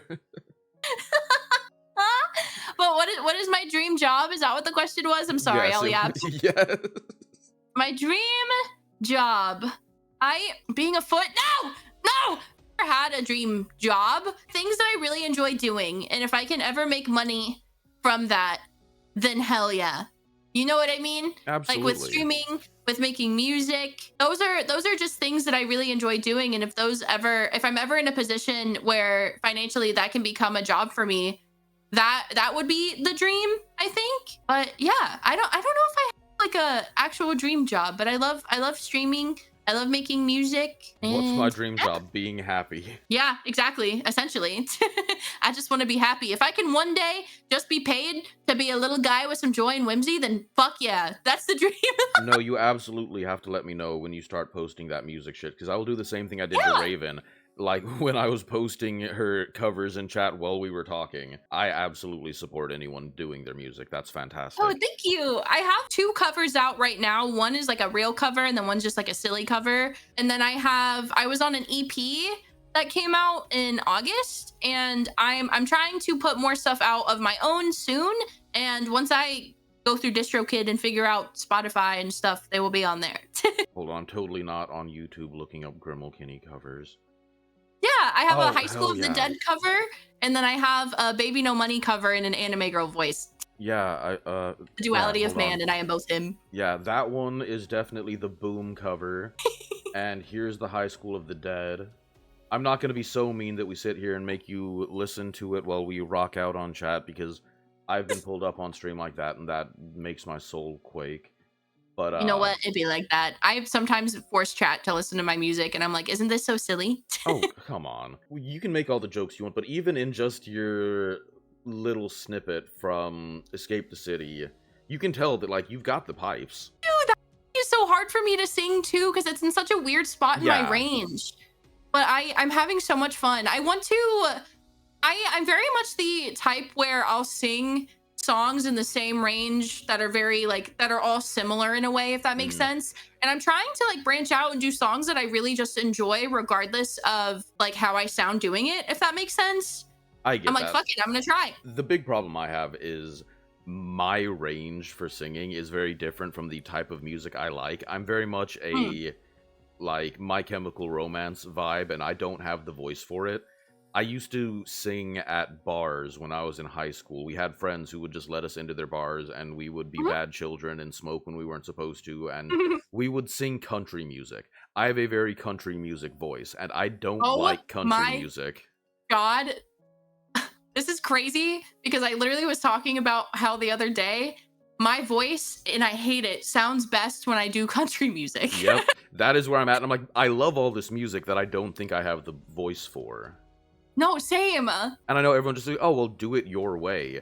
And I'm like, I don't know. It just feels like, because the music also, that's my big part with covers, is like, I know I can sing it the way I want to, but then does it go with the music? Are the notes I'm hitting in my register clashing with the music that is going on in the background? If they're the right people, like the right audio engineers, they will always be able to make it sound the best if you find the right people. There's one person. The Nero cover of just being like, baby, lock the door and turn the lights down low. Oh my god. I would actually eat. You should do that. That would be Vtuber country album. Oh my god. Wait. Wait, we might be onto something. I fear Vtuber country album? Oh yeah. Let's work on one. Let's make that happen. For it. I'm absolutely down for it. So we lived out in the middle of nowhere, and I had a friend that would come over, because we had a girl that we were friends with who lived like 2 miles away from my house, and so we literally, it is the most country sounding thing. I started this story without thinking about it. We would wear our boots and walk the 2 miles to our house with guitars strapped to us, playing music, walking down the street to practice for when we would go sing at bars while we were in high school. That is the most Oklahoma shit I've ever heard. You said, "Haw ye, brother, I got my guitar and my boots on." Yes, exactly. That is I exactly love what that. happened. And it doesn't get better because we got to her house and then we literally sat by a lake where they stored their hay, and we would sit on the hay and play music and sing. Wait, you could write an album based on that experience alone. I was drunk the day my mama got out of prison. Oh my No. god, wait, we're gonna cook. I'm down for it. That would Country be so album. great. I have to reset after that. Okay, so I'm serious. I'm serious, chat. Like, I'm pretty sure that Grimmy is just girl me. Like, everything, we'd be like, yo, no way, me too. No, we're like, dude, and we're like that Spider-Man fucking pointing meme, but it's Yeah, just exactly. No. so good. The freaking similarities are insane. The one that I loved singing, just because I think it's a cute song. I like cute songs. I say that as the other song, other than, Escape the City Because of You, thanks for that I've been Of walking course. around singing Ring, ring. lately is Teenagers. Teenagers scared Teenagers the scared living the shit living out of shit me. out of me. Yeah. Oh, it's so good. But the one I loved to sing when I was a teenager was Cowboys and Angels. That was one of my favorite ones. Wait, that's And- literally you now. Yeah, I know, right? Cowboy and Angel Nero. That's gonna be it. I'm gonna get my 2.0 and it's just me with a cowboy hat on. Art imitates life. No, so speaking of cowboy hats, so it would have been my treasure because I was a weird kid, but when I was like 13, I went to a Big and Rich concert and got a cowboy hat signed Oh by Big my Rich God. and Cowboy Troy. And not being a smart person, I let somebody borrow it and they rolled it up in a tent. And so it was like flattened. And so then I just like saved like the brim of the hat that had the signatures on it. That's fucking insane. Not Big and Rich and Cowboy Tony. That's crazy. Do you want to know how, like, okay, so I myself do not consider myself to be a very country individual. But then I think about the fact that my grandparents own a mud park Oh, that's And- awesome. That's great. and 2 monster trucks. And then I'm like, maybe I am a little. That's awesome. No, I think about it too. I'm always like, I'm not a super country person, but then I think about the fact that like when I was younger, I got tans carrying sacks of goat feed with my shirt off, and that's how I would get rid of the farmer tan. Carrying the feed. Yeah. That is very, very farmer boy vibe. So, on a completely different note, so we can stop talking about country music, what's your favorite experience that you've had with your community? I don't know. I have a lot of experiences I've really enjoyed. So it's really hard for me to like just pick one. There was one time, this kind of sounds greedy in a way, but there was one time where I was talking about like what a difficult time I was having, and my chat were gifting me a lot of subs and like listening to me and giving me a lot of words of encouragement in that span of time. And it made me cry like a lot. And honestly, like the best experiences I've had have all... there was a period of time a couple months ago where I took a longer hiatus to focus on myself. And this was like around the time where like that relationship I mentioned earlier like ended. And I there were a lot of things I needed to get together. And I was really terrified to come back to stream, honestly, because whenever you take little breaks, you always have a fear, like, what if they're not going to be there when I come back? Yeah, they've moved You know what I on. mean? Yeah. Yeah. And my first stream when I came back, there were so many people that like were people who have watched me from like even my face cam to my VTuber day, like transition. There were people who haven't like didn't chat for like a couple of months that like still came back. Like everybody like just showed up. And that meant the world to me. Like it really made me feel a lot better. I felt really guilty for taking the break, but the fact that everybody was there and they're like, no, like you did what you needed and we're all still here and we all support you, like that meant so much to me. That's absolutely amazing. I can feel that because I took a month off after the baby and I was just like starting to hit my stride right before I left, but I was like, there's nothing I can do about it and I'm not going to not spend time with my child. So For sure. we'll just see how it goes. But that's great. And I love that you have that kind of support. I love my chat. I love my chat so much. I try and remember everybody's name, and nothing feels better to me than when, like, how do I word this? I love when somebody whose name I remember, like even if they haven't been in my chat for months, like comes back and I'm like, oh my God, like we missed you so much. Yeah. People have told me that like means so much to them, and I'm like, no, it like means so much to me too. Like seeing you again and having like the people I remember and the people who were there when I was just starting off, like coming back, like it means a lot to me too. It's always nice to see new people. That's always cool because it's more people that you can try to make happy and all of Definitely. that. But there is something that like I've obviously like you enjoy me enough to want to come back. That hits a whole different level. Oh, for sure. I was I like, what do you love that mean? you're Like being people want to so watch sweet. me? You're being so sweet about it, and then there's just Sarah who's like, so she left the cage locked before she left. Yeah, the cage was locked the whole time. Some of them ate each other. We lost a couple along the way, but that's okay. They came back and were like, please feed us. They said, Grimmy, my brownies, more please. So, do you want to make Tomboy Tummy Tuesday a more standard thing?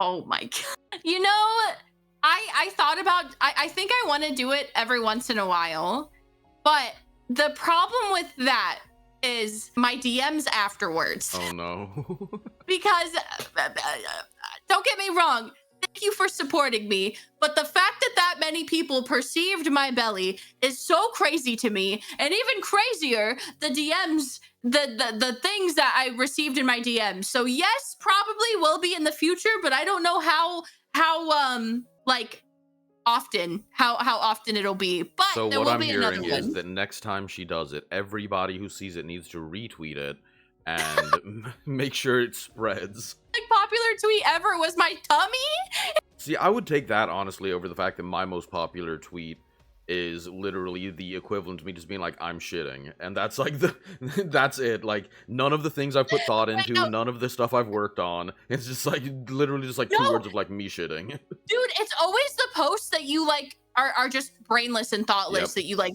just throw out into the fucking ether that get the most traction. And it's like, dude, but what about this thing that was I posted that I was doing like 2 days ago? What about that? Where were y'all? Where were y'all? There's this one thing that I keep quoting, and it's I had to eat my own shit to survive. Where the fuck were y'all? Oh my god. That's the crazy thing about Twitter. I was talking to Raven about it, where it's like it's always just some like, I'll be like, hey, I worked on this really hard, I hope you guys enjoy it, and it'll be like 5 people see it. And then it's me like posting on random, like, I mean, I'd suck him off, and everyone like that's when it like 10,000 people see it, and it's like, okay, all right. You get me. So, speaking of Raven, great transition on accident. We have another question from her. I feel like we're gonna do, I had a different one selected, but since we were just talking about it, what's the strangest DM you got when you posted your tummy pic? Because that's one of the questions she asked. Oh god. Okay, there was one person. Don't get me wrong, I am not here to yuck anybody else's yum. You enjoy whatever you want to enjoy, and I support you as long as it doesn't hurt other people, right? But there was this DM that I got. Oh my god, wait, I might see if I can find it still, because I never deleted it because I thought it was funny. I'm gonna see if I can find it so I can give you word for word what it was. Ooh, we're getting the real details. If I can find it. Captain Johnny Walker said it's relatable, though shows you're a man of the people. No, but it's always that kind of stuff. The most popular short I have on YouTube is me just pointing out that my brother was in chat, and the chat he decided to send was, he loves the taste of men. And that is all the short is, and that is the one that, like, popped off compared to all the other ones. And I'm like, yes, I love that is what the most people have seen from me. I can't the taste of men. I can't find the DM right now, but it was like, they said, I would like to buy pictures of your belly button, and I need it to be this angle from this angle of the camera, this far away, in this pose, in this angle, with this lighting, like in this pose, and it was like this deep into your belly button. It was so weird. See, the more specific you get with it, the weirder it gets. If you're just like, I'd like more pictures of your tummy, like, weird, but okay, sure, whatever, I get it. But when you're like, no, all these specifics, like, the more specific you get, the weirder it is. It literally was like, use the back camera, one with flash, one with no flash, turn the light off, turn a side light on, fucking ring light preferred. Like, I think it was like 45-degree angle of one and 90 of another. It was like the way that they were spelling it out for me. I was like, damn, you've thought about this. I love the idea of you sitting there with like a protractor though. Just like, literally, I'm like, how am I supposed to know the angles? I can guesstimate. Okay, so real talk though, the thing is, like, I'm sure in the moment that was weird, But for me, I would have responded and been like, how much? They said $10. Oh, fuck that. No. I know. If you're that specific, if you're going to be that specific, no, absolutely not. They literally, see, because I was like, I was like, if they pay me well enough, then sure. That's the thing, yes. Then whatever. $10 a picture. After you writing me a fucking novel essay, fucking no. Yeah. After all the instructions you gave me, that's at least a 50 right there. That's at least a Chris Benjamin, maybe even. $10. No. No, yeah, that's ridiculous. That was insane. I got a lot of other weird ones, but that one was probably the weirdest. So along the same lines, I assume along the same lines because of most things in this area. Also from Raven, what's your favorite cosplay you've done? Ooh. Okay. So I have a couple of different favorites for different reasons. One of my most favorites is the first one that I ever made completely handmade myself, and that was a cosplay of Valkyrie from the Marvel Comics. Oh, that's fun. Thank you. I made that one when I was 18. Like, it had like fur and a big ass leather cape that I like stained with coffee and fake blood, and I cut holes in it. And I used like Warbler for the little armor pieces. That one is probably my most favorite.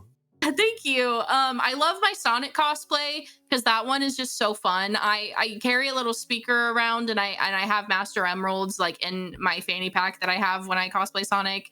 That one is just really fun. There was one that I did that's kind of, I put no effort into this, but it was the most well-received cosplay I had ever done in my life. Do you know those like foam, like those foam half circle things you can get? Yeah. At like any craft store? So I got one of those. I put a headband on the back of it so I could wear it around my head. And I put the Yippee creature's face on it. And I also got like a board sign on a stick that just said Yippee, and I put confetti hanging from it. That's fantastic. Dude, oh my God, I could not walk 10 feet in that convention center without people screaming Yippee at me. It's the most brainless cosplay I've ever done, but it was making other people so fucking happy that it has to be up there for me. It's so, I might be able to, I can see if I can find a picture of it, actually. It was so fucking funny, dude. Also, I agree with Captain Johnny Walker. $10 is worth a haphazard snap at best. Yeah, that's like a blurry picture. Like, I was gonna say blurred image, like. Okay, I bet I can find a picture of it. It was actually, like, it didn't look bad. It looked like the Yippee creature, but it was like, it was so random. I was that's like, just like the IRL version of the tweet that you slap out at 2 o'clock in the morning, getting the most likes. No, literally, I think it took me like an hour to make it, dude. But I ended up wearing it 3 different times that weekend. The cosplay that I've always wanted to do with my wife, that we've just never gotten around to, life gets busy, is I want to do High School DxD cosplay.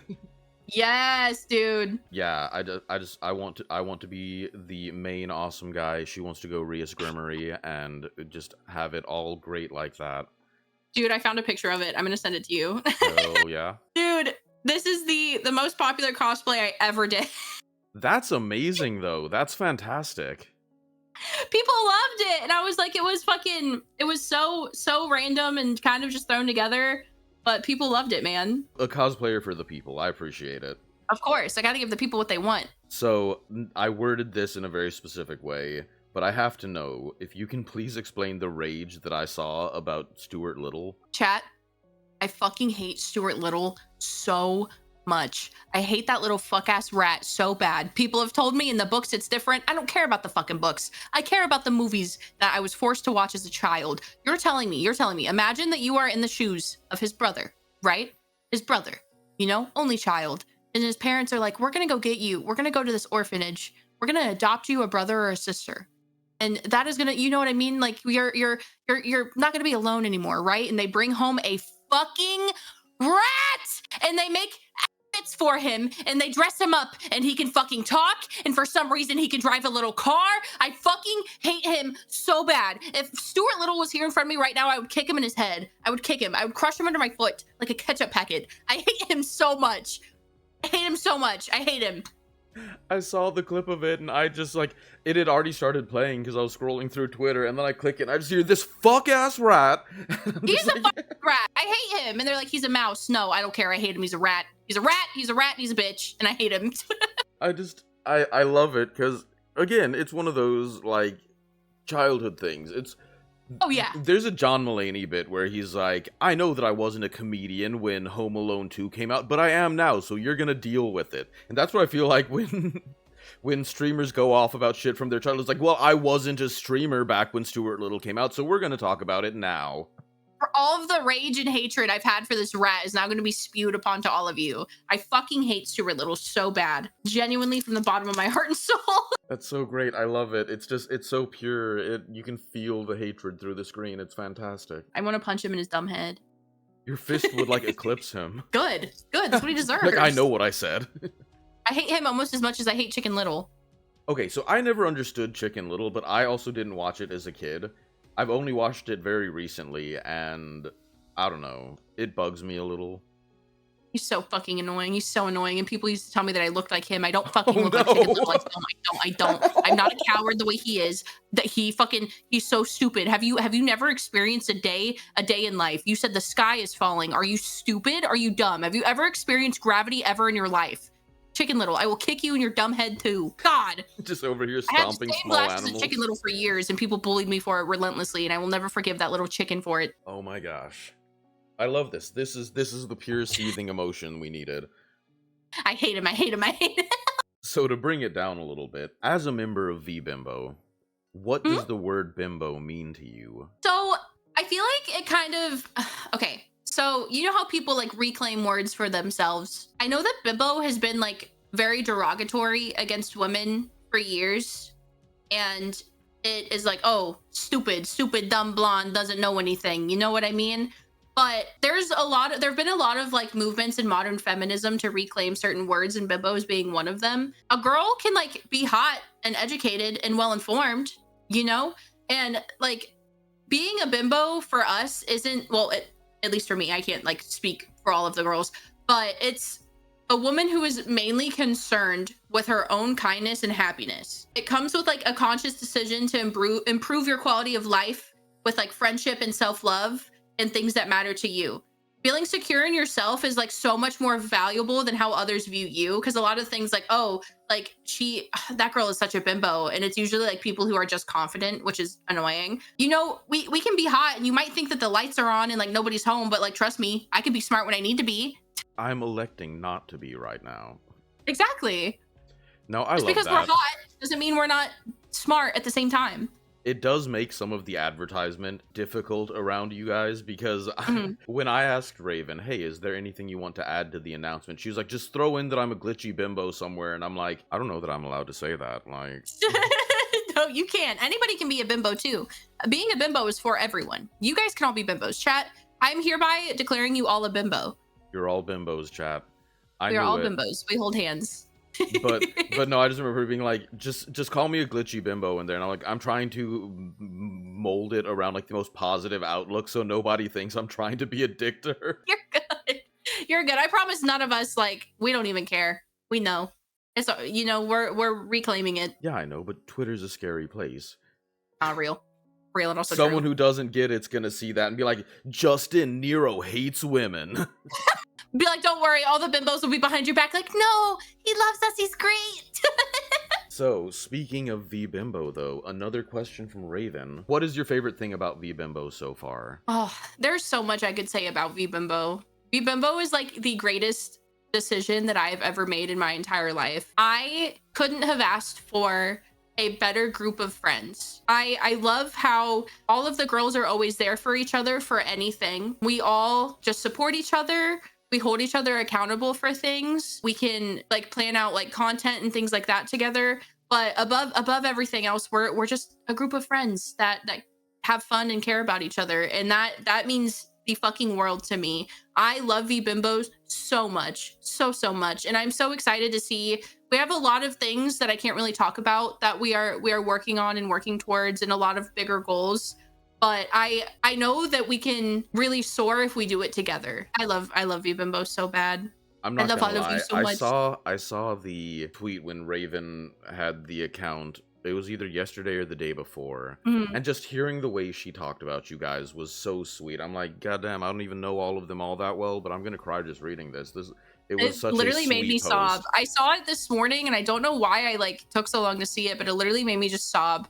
I love Raven and I love Luna and I love KB. I love my friends. I also felt like it was a coin flip on that question, just because I'm like, she's either going to be very sweet and very nice, or I'm gonna get like, ah, because they're so fucking hot. I mean, they are. They also are hot. They are very hot. We all kiss each other. We are gonna have like an actual V-Bimbo sleepover IRL sometime soon, and I'm so fucking excited. And next month, one of the bimbos is moving into my house. Yes, We're I gonna have a be question roomies. about that. Yeah, we're gonna be roomies. I'm excited. So I wasn't sure how much you wanted to talk about that, so I had left it off, and then Raven asked a question about it, and I'm like, all right, so Raven's asking, so it's apparently not super secret. Mhm. And I mean, you guys posted about it. I know it wasn't, I just didn't know how much you wanted to talk about. Then Raven asked, so I was like, all right, I can blame it on her. Yeah. We'll go ahead and hit that one then. Raven did Yeah. ask, what are you most excited about Luna moving in? Oh my god, I'm so excited to have Luna here. Yeah, Luna is the person I've been friends with the longest before V-Bimbo, like before we were ever created. I knew Luna first. We bonded over a lot of our similarities, like in our designs, but also like as who we are as people. And oh my god, I'm so excited to just have like a live-in best friend. We have like some content stuff that we want to put out together. Like we really want to do some IRL collabs and like some cooking streams and just silly stuff together. But I'm just so excited just to be able to hang out and meet her. Like I've loved her and cared about her for years. And I'm just so excited. I cannot wait for her to be here, honestly. That is so sweet. That is just, it's wholesome as fuck, and I love it. And Thank you. I love my friend. just like fully breaking down the facade, I'm happy for both of you just because I think you two being together will be very good. Having that person that you trust being there and always having that sort of check-in buddy when either of you aren't doing super great. I think that's wonderful, and I think it'll be awesome. I'm so excited. I'm so excited. I love her so bad. And it's helping both of us out too, because we were both like not in the greatest spots. And we were both like, well, hey, you could move in with me. And then Luna was like, wait, really? And we were like, yeah. So we just full sent it. And I think it's gonna be for the better for That's both fantastic. of us. I am very happy for you. Now, on something that will be less happy, you recently had an issue with a second stick of RAM in your computer. How did that come about? Dude, okay. So I don't know anything about PCs like at all. I hadn't had a PC until like I became an adult. Okay. I literally went to Micro Center. I told them my budget and I said, build me a monster. And that's what they did. And I had one of my like IRL friends like build it for me because, you know, he said that he did that. He could do PCs, right? And he built it for me. You know, it was going good. Sometimes shit would just run really bad and I'd be like, oh, maybe it's my internet. Maybe I have too many things open, like whatever. But I was like, no, like it should be beefy. It should be able to handle everything. But I just never really like second guessed anything, right? I have had this PC since 2023 and I moved where I am a couple of months ago. And like when I started moving, I noticed that like even though I got better internet when I was here, I was like, wow, it still just runs like shit sometimes. Like my model will like glitch a lot. I can't run certain games. And I'm like, this doesn't make sense. Like it should be like a good PC. And one of my friends came over and he was looking at it and he was like, do you care if I like open it up and look at it? I was like, no, like it's good. He was like asking me about my specs and I don't know my specs. So I pulled up my Micro Center receipt and I showed it to him because I have the email. And he was like, this doesn't make sense. Like it should run just fine. He opens it up and he's like, Grimmy. And I'm like, what? He said, your fucking second stick of RAM isn't even in. And he said he just tapped it, it clicked in, and then everything has been fine. That's amazing. Oh my god, dude, it's almost as bad as the time when I was a facecam streamer and I could never figure out why my shit looks so cloudy all the time. It's because I never took the plastic off of the front of it. Oh no. So I wanted to ask about that specifically because I also have a second stick issue. I have not fixed mine yet though. Oh no, Because Godspeed. what happened was it has a cover over the memory, and I peeled the cover back, looked at what it was, and was like, dope. I ordered a 64 gig stick of memory, and I put it in, and everything was working fine. And then I was like, I'll go check the specs inside the computer. So I pull up everything, And it's like, you're running 72 gigs of RAM. I'm like, that doesn't make sense. I put in 64. And so I open it back up and realize I didn't peel the cover back far enough. And I'm like, there's a second fucking stick. You said, wait, there's more. Yeah, so I'm running an 8 gig and a 64 gig. Just completely unbalanced. I literally was running this PC off of 16 gigs for years up until recently. It's just, it was frustrating because that happened, and then I was like, you know what, it's fine, it's running okay for right now, I'll fix it, and then when I finally was like, I'm gonna fix it, then the fucking market went, they're like, oh, you want 64 more gigs of RAM? That's going to be $1,400. I'm like, I said, actually, get fucked. Yeah, like, absolutely not, it's fine. Also, the thing with your webcam made me think about the first, like, 3 months I was VTubing, I thought I was having horrific audio issues, and I could not figure out what it was, and I have a guy in chat who is amazing at that stuff. He handles it so well, and so he spent hours in Discord talking to me about it. At one point he was like, what way is your mic facing? And I was like, does it matter? And he was like, yeah, I just looked up the kind, you have a directional mic. I was like, oh, and I looked, it was backwards. It was facing the computer, and I was speaking into the back of it for months. Dude, that sounds like something I would do, man. And it's always like, god damn it. Like, when you realize it's just something you've been doing the whole time. I've been sitting there, like, fucking with settings, and, like, trying to, like, is it the compressor? Is it any of the audio settings? So we sat there for hours looking at audio settings, trying to fix it, and then he was just like, turn your fucking mic around, bro. All you had to do was flip it and reverse it, and you were good. That's all you need. Down, flip it and reverse it. Reverse it. I'm so glad you knew what I was singing. But no, I saw that and I was like, I'm glad that I'm not the only one who has issues. Yeah. So the next one we have is also a Raven question, and I've been really excited because I also want an answer about this. Oh, I'm scared. What's the deal with your fear with giraffes? God. Oh my god. Okay, guys. Buckle up, chat. Okay, so, you know when you're like a little kid and you can go to the zoo and you can feed them, right? I was probably like 3 or 4, and I'm sitting on somebody's shoulders. I don't know who it was. But I'm feeding a giraffe, okay? And the giraffe decides it is time for me to die. And the giraffe swings his long fuck-ass neck, swings it, like cranks his shit, and swings it down at me. And that is the moment that I gained consciousness. Your earliest memory is trying to get murdered by a giraffe. I'm not even joking. The earliest memory I have is getting my shit rocked by a giraffe. They are so long. They have no fucking business being that long. They are fucking terrifying. They're big and they're greedy. Have you ever seen them fight each other? Yeah, they just bash each other. They fucking just drop their child out of them onto the earth, and they're like, good luck. They're evil. They're evil, and they're terrifying, and they're scary. And this is actually funny because you remember how I was talking about that place that how I was going on adventures yesterday? Yeah. And I went to like one big place. The one big place, right? You'll never guess what their fucking motif was. Oh no. I go in. I'm in the car. And the person that I'm with is like, oh no, Grimmy, don't look. I'm like, what? And he said, I forgot that their thing is giraffes. Oh no. They had big ass fucking life-size giraffe statues at the front of it, right? And I'm like looking at the car, I'm like, oh my god. And he was like, I told you not to look. I'm like, bro, they're on both sides of me. Where am I supposed to look? Don't look too. Dude, I literally just closed my eyes. And then we're like driving to park, and he's like, oh my god, I feel so bad, I forgot. And I'm like, why? And I open my eyes, they have this on the roofs of the buildings.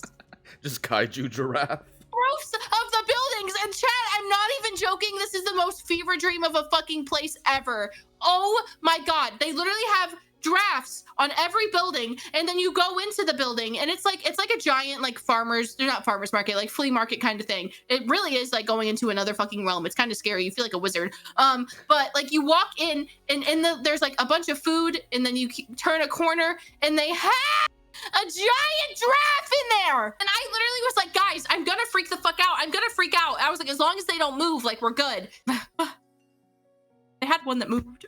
Oh no. I hate them. They're so fucking scary. Why is your neck so long? Why do you gotta be that far from the ground? Why are you so evil? They're full of hate. I hate them. They're not pure of heart. Everyone talks about, like, they're like, oh, their necks are so long they can eat leaves. I'm like, yeah, but have you seen these fuckers trying to drink? That's not an animal that's supposed to exist. I haven't seen them try and drink. I've never thought of it. I don't want to. I don't No, want to. I don't want to. it's the most awkward fucking thing ever. They like splay their legs out so they can dunk their head down to get the water. I'm like, if you struggle to do like the most important thing, Shouldn't exist. So, just to cap that off, it might make you feel better then. When I was a little kid and Toys R Us had not gone out of business yet, when they opened one in my city, they had the guy in the Jeffrey Giraffe outfit, and I absolutely punched him in the dick. He walked up and I was like, nope. You should. Not about it at all. Should. God, I hate drafts. I hate drafts. I hate, oh God, I hate so many drafts. Drafts are scary. All of them. So, even the fake ones. Going from your least favorite to your most favorite, is whiskey your favorite alcoholic beverage? Whiskey is not, but I do love a good, oh, sorry, my dog barking. I do love a good neat whiskey. My favorite alcoholic beverage is probably soju. I love soju a lot. But there is another thing that I didn't think I was going to be a fan of this. I don't really like seltzers that much. But there is this Japanese seltzer, and it's called 196. It is so fucking good. And they made this like fusion flavor. And my favorite one is really weird because I hate both of these flavors on their own, like in anything. But they have one that is a... Stuart Little and Giraffe? Crazy. A nightmare! Wake up! It's grapefruit and cherry. Interesting. It's so fucking good. I can knock those back like it's nothing. They're delicious. Are so goddamn good. I'll have to try that. That sounds good. Have you ever done Japanese whiskey, though? Oh, yeah. I have.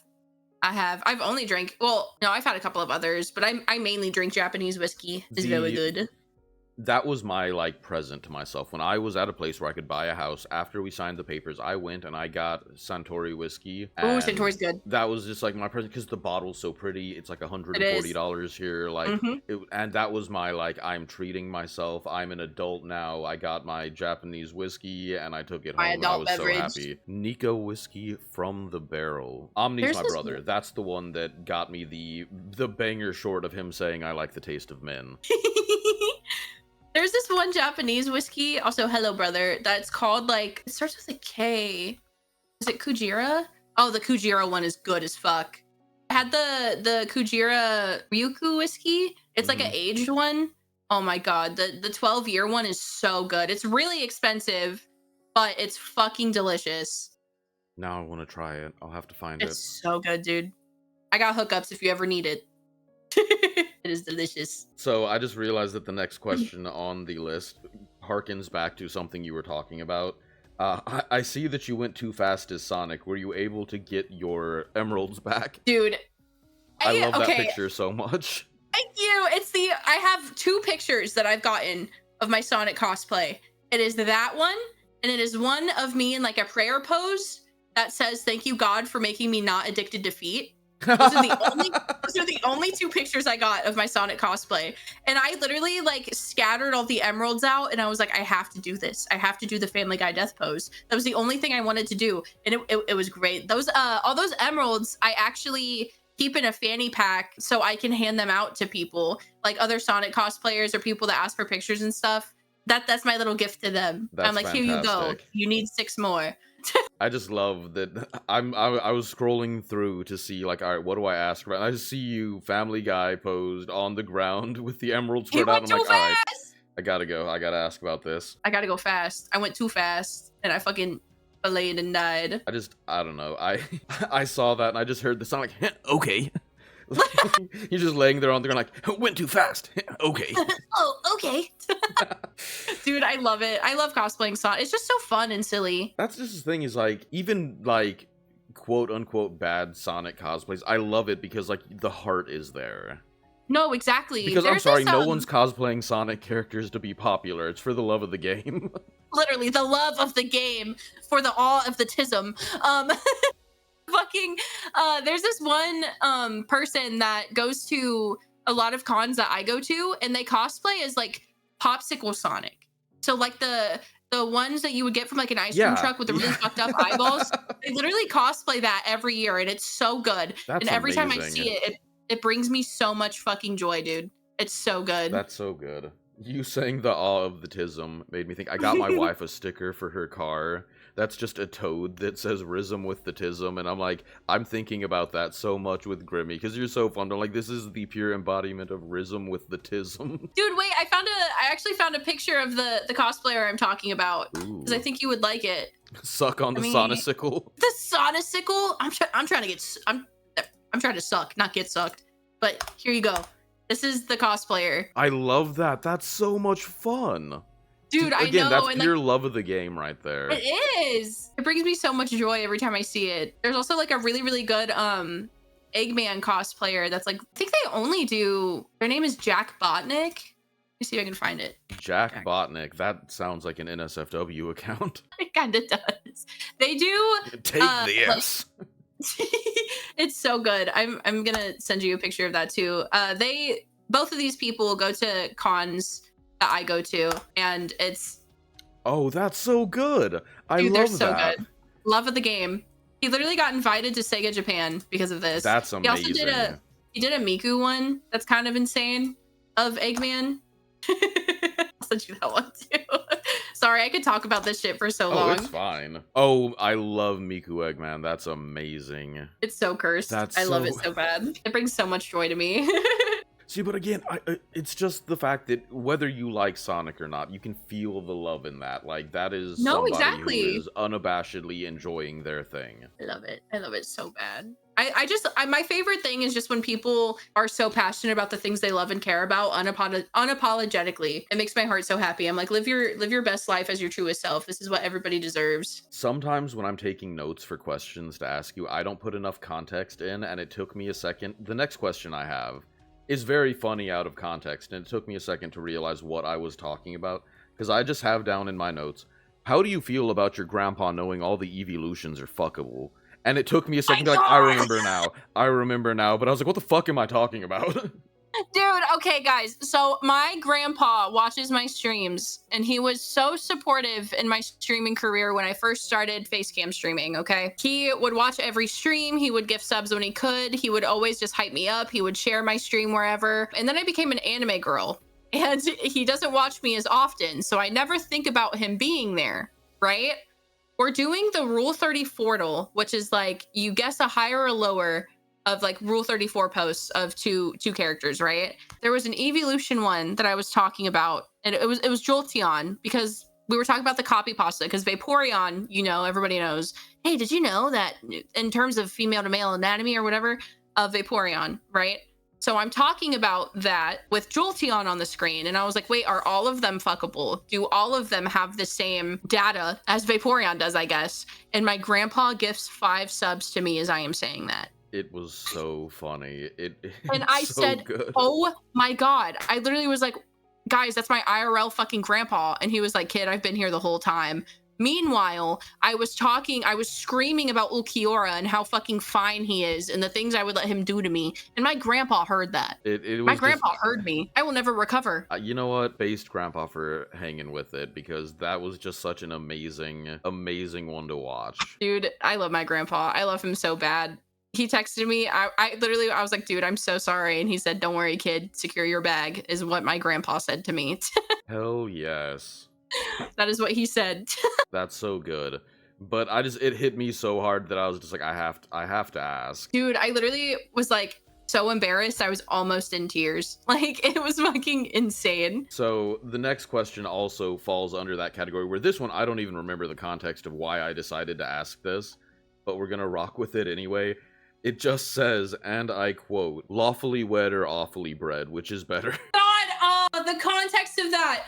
I was playing Date Everything, and some people in chat started flirting with each other for some reason. I support you. One of them said, brother, I'm lawfully wed. Like, I'm not going to flirt with you. I'm lawfully wed. And I was like, well, in this chat, on this day here, on this day, you could be awfully bred. As soon as the words left my mouth, I was like, ew, I can't believe I just fucking said that. But it is always better to be awfully bred, chat, in more ways than one. Whose chat would flirt with each other? That's how all of us met, was flirting in someone's chat. Bro, literally. It's better to be awfully bred. You could be awfully bred. You can secure the bread. Everything is better with bread. The way you talked about your immediate reaction to that was very early in my streaming career. we were playing Pokemon, and there's a gym leader called Chuck, and we had just beat him. And for some reason, my brain just flatlined, and I was like, "Hey, welcome to Nero Sucks and Fucks for Bucks." and it immediately got clipped. And I was like, I don't know why. It went straight from, like, there was no brain. It just went out mouth. There was no brain activity there. No, literally, that's how it is. Oh my God, wait, this is, okay. One of my, like, longest friends in streaming, their name is Uncle Esky, and they are a facecam streamer, and I love them so bad. They have this viral clip that I will always mention, not viral, but like popular clip that I will always mention at any given opportunity. Esky was talking about Taco Bell, okay? And Esky was really excited for their Taco Bell, and they got a raid. And they said, it was something like, "What the fuck is up? I'm Uncle fucking Esky, and today we're gonna deep throat a chihuahua." Oh, no. They meant to say chalupa. That's so amazing. It is my favorite fucking clip, and I will never let them live that shit down. That's so great. And it's so funny because in it, you can hear them go, "What?" right What? after they said it. Oh my God, that's being a so streamer is so good. fucking funny. No, it's because you get a sense for that. As soon as it leaves your mouth, you're like, just don't react, because if you react, you know it's gonna get 10 times worse. You just gotta keep rolling with it. Dude, yes. It's like, it's all right. It already left my mouth. It's fine. I said what You I just said. keep We're sending. moving on. Exactly. It's always the worst when somebody in chat will like reply to something that I just fucking said and I don't remember. And you don't I'm like, remember wait, what was I it. talking about? Yes. Like, No, I tell my chat all the time, I'm like, dog, that was 5 seconds ago. That person is gone. I don't know what I literally, said. like, I am a new me. I've rebranded into a better person. No, I've told him, like, I need to stop dissociating so much, because, like, I was editing the interviews I've done, and I've had a wonderful time. I will not remember most of this until I go back and edit it, because when I'm in streamer mode, nothing sets in, like, no short-term memory is written. No, at all. I agree. When I think back on it, it's like, no, I hit go live, and then I walk out of my office. Like, that is where the memories stop and start back up again. I just let my joy and whimsy carry me through stream. I will never remember what happened. I will never remember the things I said. All I will remember is it was silly. Yeah, and normally for me, it's definitely just like those apps in mind, like, yeah, I'd fuck it. And then just like you're walking there like, yo, me too. I'm like, me too, what? Be like, would. I'm like, would what? Yeah, wood what? Yeah, exactly. It happens all the time. Yeah, speaking of wood, do you still think Pyramid Head is hot? The things I would let Pyramid Head do to me and you can keep the mask on, bro! I love Pyramid Head. He is so motherfucking fine. He is so fine. In every iteration of Pyramid, he is so fucking fine. Dude, him, hear me out. Him and then the Silent Hill nurses at the same time! I just spit all over my mic. Yeah, he's hot. He's fine. Would. So what I'm very hearing normal is about you're him. on the fence about it. I'm very normal about it, truly. So what I'm is very it? cool, calm, Like, and collected. explain your wood. That sounded Dude. weird. Explain my wood of Pyramid Head. I got you. I love a big sword. I mean, don't we all? I love big sword. I love tall buff man.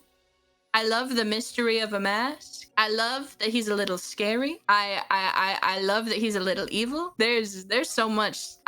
There's one part in a game, like I saw a clip of like Pyramid Head where he like tears open a closet door, and I fear I would let him do that to me. I would let him ruin me. I love him so bad. I don't even care what he looks like under the mask. I don't even care. Send it. I love him. I love Pyramid Head. I forgive him for all the bad things he's done.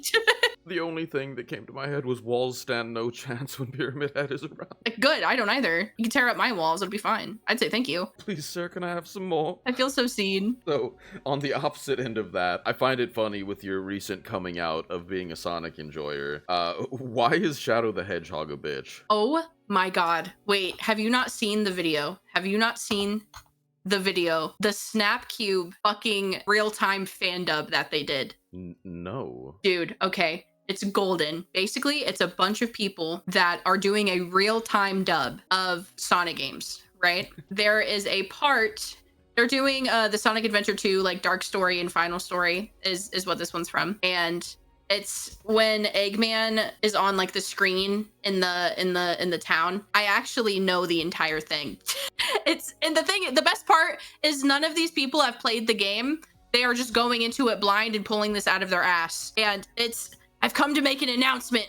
Shadow the Hedgehog's a bitch-ass motherfucker. He pissed on my fucking wife. That's right. He took his... Dog fucking clearly dick out, and he pissed on my fucking wife, and he said his dick was this big, and I said, that's disgusting, so I'm making a call-out post on my twitter.com. Shadow the Hedgehog, you've got a small dick. It's the size of this walnut, except way smaller, and guess what? Here's what my dog looks like. And then, like, that's all I know of it. I'm so glad I asked, because I'm pretty sure it's from your VTuber intro thing. Just like at the very end, you're like, "Oh, so, Shadow the Hedgehog's a bitch." And I was just like, I'm so curious. You fandom, dude. That's amazing.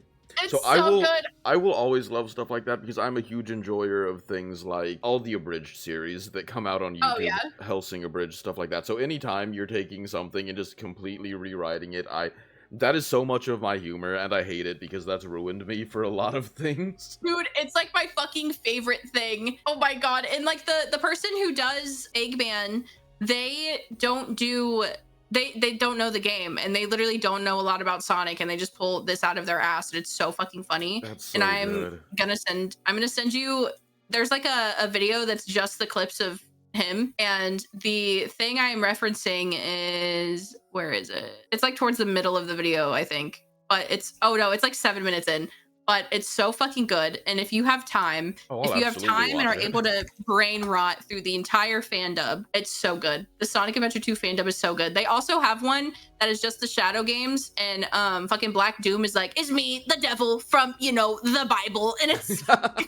It's so good. Oh, that's just going to become part of my vernacular, though, because I have somebody in chat that I will quote abridged series with, and anytime in a game someone's like talking about like, oh, this is the Emperor, the blah blah, and they're going off, and they're talking all about the cool things you do, I have to do the Alucard, oh, you dirty bitch. Oh, sorry, I like to dirty talk when someone's sucking my dick. And dude, that one's so good. And I just, it makes it so hard because, like, my brain works in, like, quotes from things. Oh, me too. The brain rot takes over. Yes, you're like, no more thinking, just quoting random shit I saw on YouTube. It's my fucking favorite thing, dude. I love it. I know it's so Lirio. good. She doesn't know Lirio. It makes it so hard. Nero 2026. That's the tagline for 2026. Oh. We're so up. I'm gonna make everybody watch my brain rotted fucking Sonic videos. I have so many. Oh, absolutely. I'm absolutely watching that. That sounds amazing. So, what is the most romantic crime to commit together? Arson. You can hold hands. You got the kerosene, and you just hold hands. You kiss, and you throw a match while you kiss, and then boom, right behind you. Something very romantical about that. You also get the warm fuzzies if you're standing too close. It's nice. Oh yeah, you get the warm fuzzies in your heart, and also if you stand too close, all over you. That's just the risk you have to take. Are you feeling a spark? I think it's the fire. No, definitely, it's definitely a spark, babe. Like it's not the fire. Oh, that's good. I like it. Oh my gosh, this has been so. I've been talking about it on Twitter, but I knew that this was going to be good just from you as a person. And this has been so amazing. I've had so much fun, dude. I have to ask, RM gave his... I told everyone to be good because my chat is my chat. We're not always the best people. RM asked, are the horns sensitive? They're not. They make good handlebars. She is for your wife. We just did a Digimon Smasher Pass, and anything that had handlebar horns, she was like, smash. Smash. Yeah. They're built in. They're built in for your use. I'm gonna use them. Yeah, waifu instant smash. There you go. Literally instant. That's waifu so fucking had good. a lot of instant smashes though. You'd be in a full stable. Literally a full stable. I freaking did like the Pokemon Smasher Pass, and chat was mad that like I wasn't smashing a lot of them. But they were like, Grimmy, why the fuck have you smashed the things that have long tongues? And I'm like, don't worry about it. Yeah. Don't worry about me. Don't worry about me.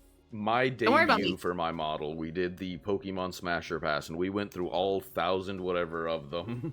And that was how I debuted the model. And so when I came back from having the baby, the first stream back where we were doing anything was a Digimon Smasher Pass to harken back to that. But that was, there was definitely a lot of those being like, why would you smash that? The thing is, I am open, and I will absolutely tell you, Machamp, you can invite friends over. That's 4 hands, dog. Oh, yes! Yes, you get me, because I smashed him! Let's go! Yes, you get me! Let's go! I feel so seen here. I needed this. So, guys, if you're ever missing me, Grimmy, you'll get the same vibes, the same energy in a cuter package. Same thing, So, different font. oh, that's so good. So who's your number one can be Pokemon yours. Smash though? You gotta know. My number one Pokemon Smash, Lickitung. Lickitung, I can see it. Trying to figure out what to do. What that Lickitung do? There's just okay. My favorite moment from that entire thing was C-Dot because everyone was like, pass. And then we had Spicy Noodle, who was in chat earlier, I was like, you know what? I'm gonna pass because I know where it's going. And he just buzzed in with like, yeah, my ass smash. Wait, he has like a butt plug. Yeah, exactly. You can see it. Nuzleaf has nipples, and that's the big thing. And then you what? Have you never noticed Nuzleaf is the only Pokemon that has like in-art nipples? Oh my god, he does. Yep. Oh my god, he does. How have I never noticed? And then you can sit on Shifttree's nose. So I mean, oh, for sure. I love a big nose. Nuzleaf has a big nose. And nipples. And nipples. That's everything you need right there. You just need a big nose and nipples to get a smash around these parts. My bar is not very high. My bar is in hell, babe. it's easy to pass the bar when you don't even have to you just leap over it. Yeah. You don't have to leap. You can just take a little step and you're good. I'd shift his tree, exactly. My god. This is why I told my chat to be good when asking questions. I see now. That's okay. Mine is the same way. That's why you gotta call in the boys. We noticed the nips. We noticed Certified nip noticer. Certified nip noticer is insane. Is that your formal title? So no, but that I have an even worse title, which I used to work for an adult novelty shop. Okay. And I became a kink advisor and instructor. So I feel like certified nip noticer isn't too far off that. That's really not. They hold hands. It's like in the same vein. That's actually a crazy title, and I would like that title. That's insane. I want to be you when I grow up. Notices your nips. Oh, well, are those nipples I see? Are those bulgy nips? Someone just said the same throbbing vein. Oh god. That's my mod, plus. You wield the sword, but you talk about the throbbing veins. You know what? Hell yeah, brother. Holding hands in my Christian VTuber stream. Ain't nothing Christian about us right now. With the things we're talking about in here are very blasphemous. Like literally, I'm a fallen angel and you're a demon. Literally, and I'm a demon. I don't know what you're looking for here. Hand holding everywhere. Everywhere. All the hands to be held. Oh my gosh. No, it's just, I don't know why I had to break it. My brain, what was gonna follow that was, I was like, I don't know why. There's just so many fuckable things. And I was like, I don't know why that's where my brain There are a lot of fuckable things. Anything is fuckable if you're brave. No, actually, let me not say that. That's not what I meant. A lot of things in games are fuckable if you're brave enough. Specifically, put that there. It's the picture of the cactus. Anything's a dildo if you're brave. You get me, bro. And I'm pretty fucking brave. I'll try anything twice. Oh, I love the little, the robot thing that everyone was posting about where they're like, it doesn't have a flared base, no. Yeah. I saw that. They're like, guys, the base isn't flared. You can't. Don't do it. I'm like, I'm gonna try. Oh my gosh. So, we have commitment from you that you want to get drunk and sing with us. That's always nice. Yes, we have to. That would be so fun. My head hurts. This has been a blast. Like, I've laughed so fucking hard. This has been so good. Yes, I've had the best time, and thank you so much for having me. Absolutely. It means a lot that anyone wants to, but like, I was so nervous. That's why there's like a 3-week span between you asking about Raven's birthday and you like, so hey, would you maybe want to come do this? Of course. I'm always down. I'm always down for fun things, and you always seemed really nice, so I was super down from like the moment you asked. I was like, oh dude, hell yeah. I was like, what an honor. No, the honor, it is absolutely you coming on. It was fantastic. So, thank you. Do you have anything coming up that you'd like to talk about? Anything you want to pump out? Honestly, I don't have any big events or anything happening yet. Cooking some, but nothing to stay tuned to right now. But if you guys just want to keep supporting me and all the other V-Bimbos, I would appreciate it a lot. We're a lot of fun, and you would love us. Absolutely, absolutely. They're all amazing. Oh my Thank gosh, you. I'm still It's been such recovering. an I'm honor, still dude. recovering. You've been an absolute blast. I know. I'm gonna take I need to drink like a lot of hot tea after screaming and laughing so It's always a good time when you've screamed so much you need some tea. Exactly. You get me. And that's why you're the kink advisor and instructor. Nero's in his refractory period. Oh, Oh my god. I'm so happy That's so we did good. this. This was such a good Dude, time. yes. We have to hang out again soon. I'm always down for karaoke and even just games and playing and hanging out. It's been a lot of Absolutely. fun. Well, tell them about your socials. Where can they find you? So I am Grimmelkinney on everything, but on TikTok I am Grimmelkinney VT. I have a YouTube, but I don't post much on there. I'm mostly active on the X, formerly known as Twitter, and Twitch right now. Also, if you can hear my dog crying, I am sorry. He's fine. He just wants attention. But yeah, that's where I am. I would highly recommend all the follows. Yeah, I'm intending on putting out some more long form and short form content on YouTube here soon, and a lot of more covers in the future. In the ass. Oh, I know. I haven't done it, and I'm gonna buckle up and do it. They're all just focusing on your dog. But yes, absolutely, whining. absolutely support Grimmy. She's fantastic. Thank you. Don't ask Nero about his long form. Oh, Why is my brother like this? that has a double meaning if you think about it. What you know about a quad entendre? What was it? God damn it. My dad would always say innuendo. Isn't that the Italian suppository?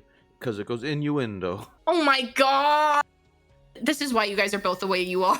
Yeah.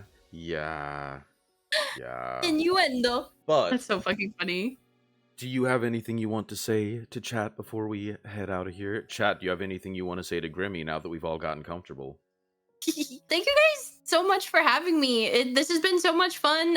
It's my first time like ever doing an interview or anything like this, and I enjoyed it so much. I love yapping. It's my favorite activity, genuinely, and it's been a lot of fun to chat with all of you. And you, Nero, it's been a lot of fun. I do stream currently 2 days a week on Mondays and Wednesdays at around 8 p.m. EST. I am adding a third day to stream soon, or third day of the week to stream soon. But yeah, you guys should come hang out. We have a lot of fun. I do community nights right now. We're watching the anime Blue Lock. It's a lot of fun. But yeah. Ooh. Also, that's perfect. She streams on days I don't. So if you're looking for Girl Nero, that's even better. I will happily welcome you into my community, and I will not bite you that hard unless you want me to. You always, I mean, unless you want. Hey, I mean, consent is important. Well, with that, I think we're going to raid out to Camisole Corzette. Fantastic friendo too. But thank you all for being here. Any last words? That sounds like I'm threatening you, but... Any last words before I kill you? Just thank you so much. This was so much fun, and I'm really glad to have met you and have had to do this with you. It's been great. It was a fantastic time. I appreciate you doing this. For sure.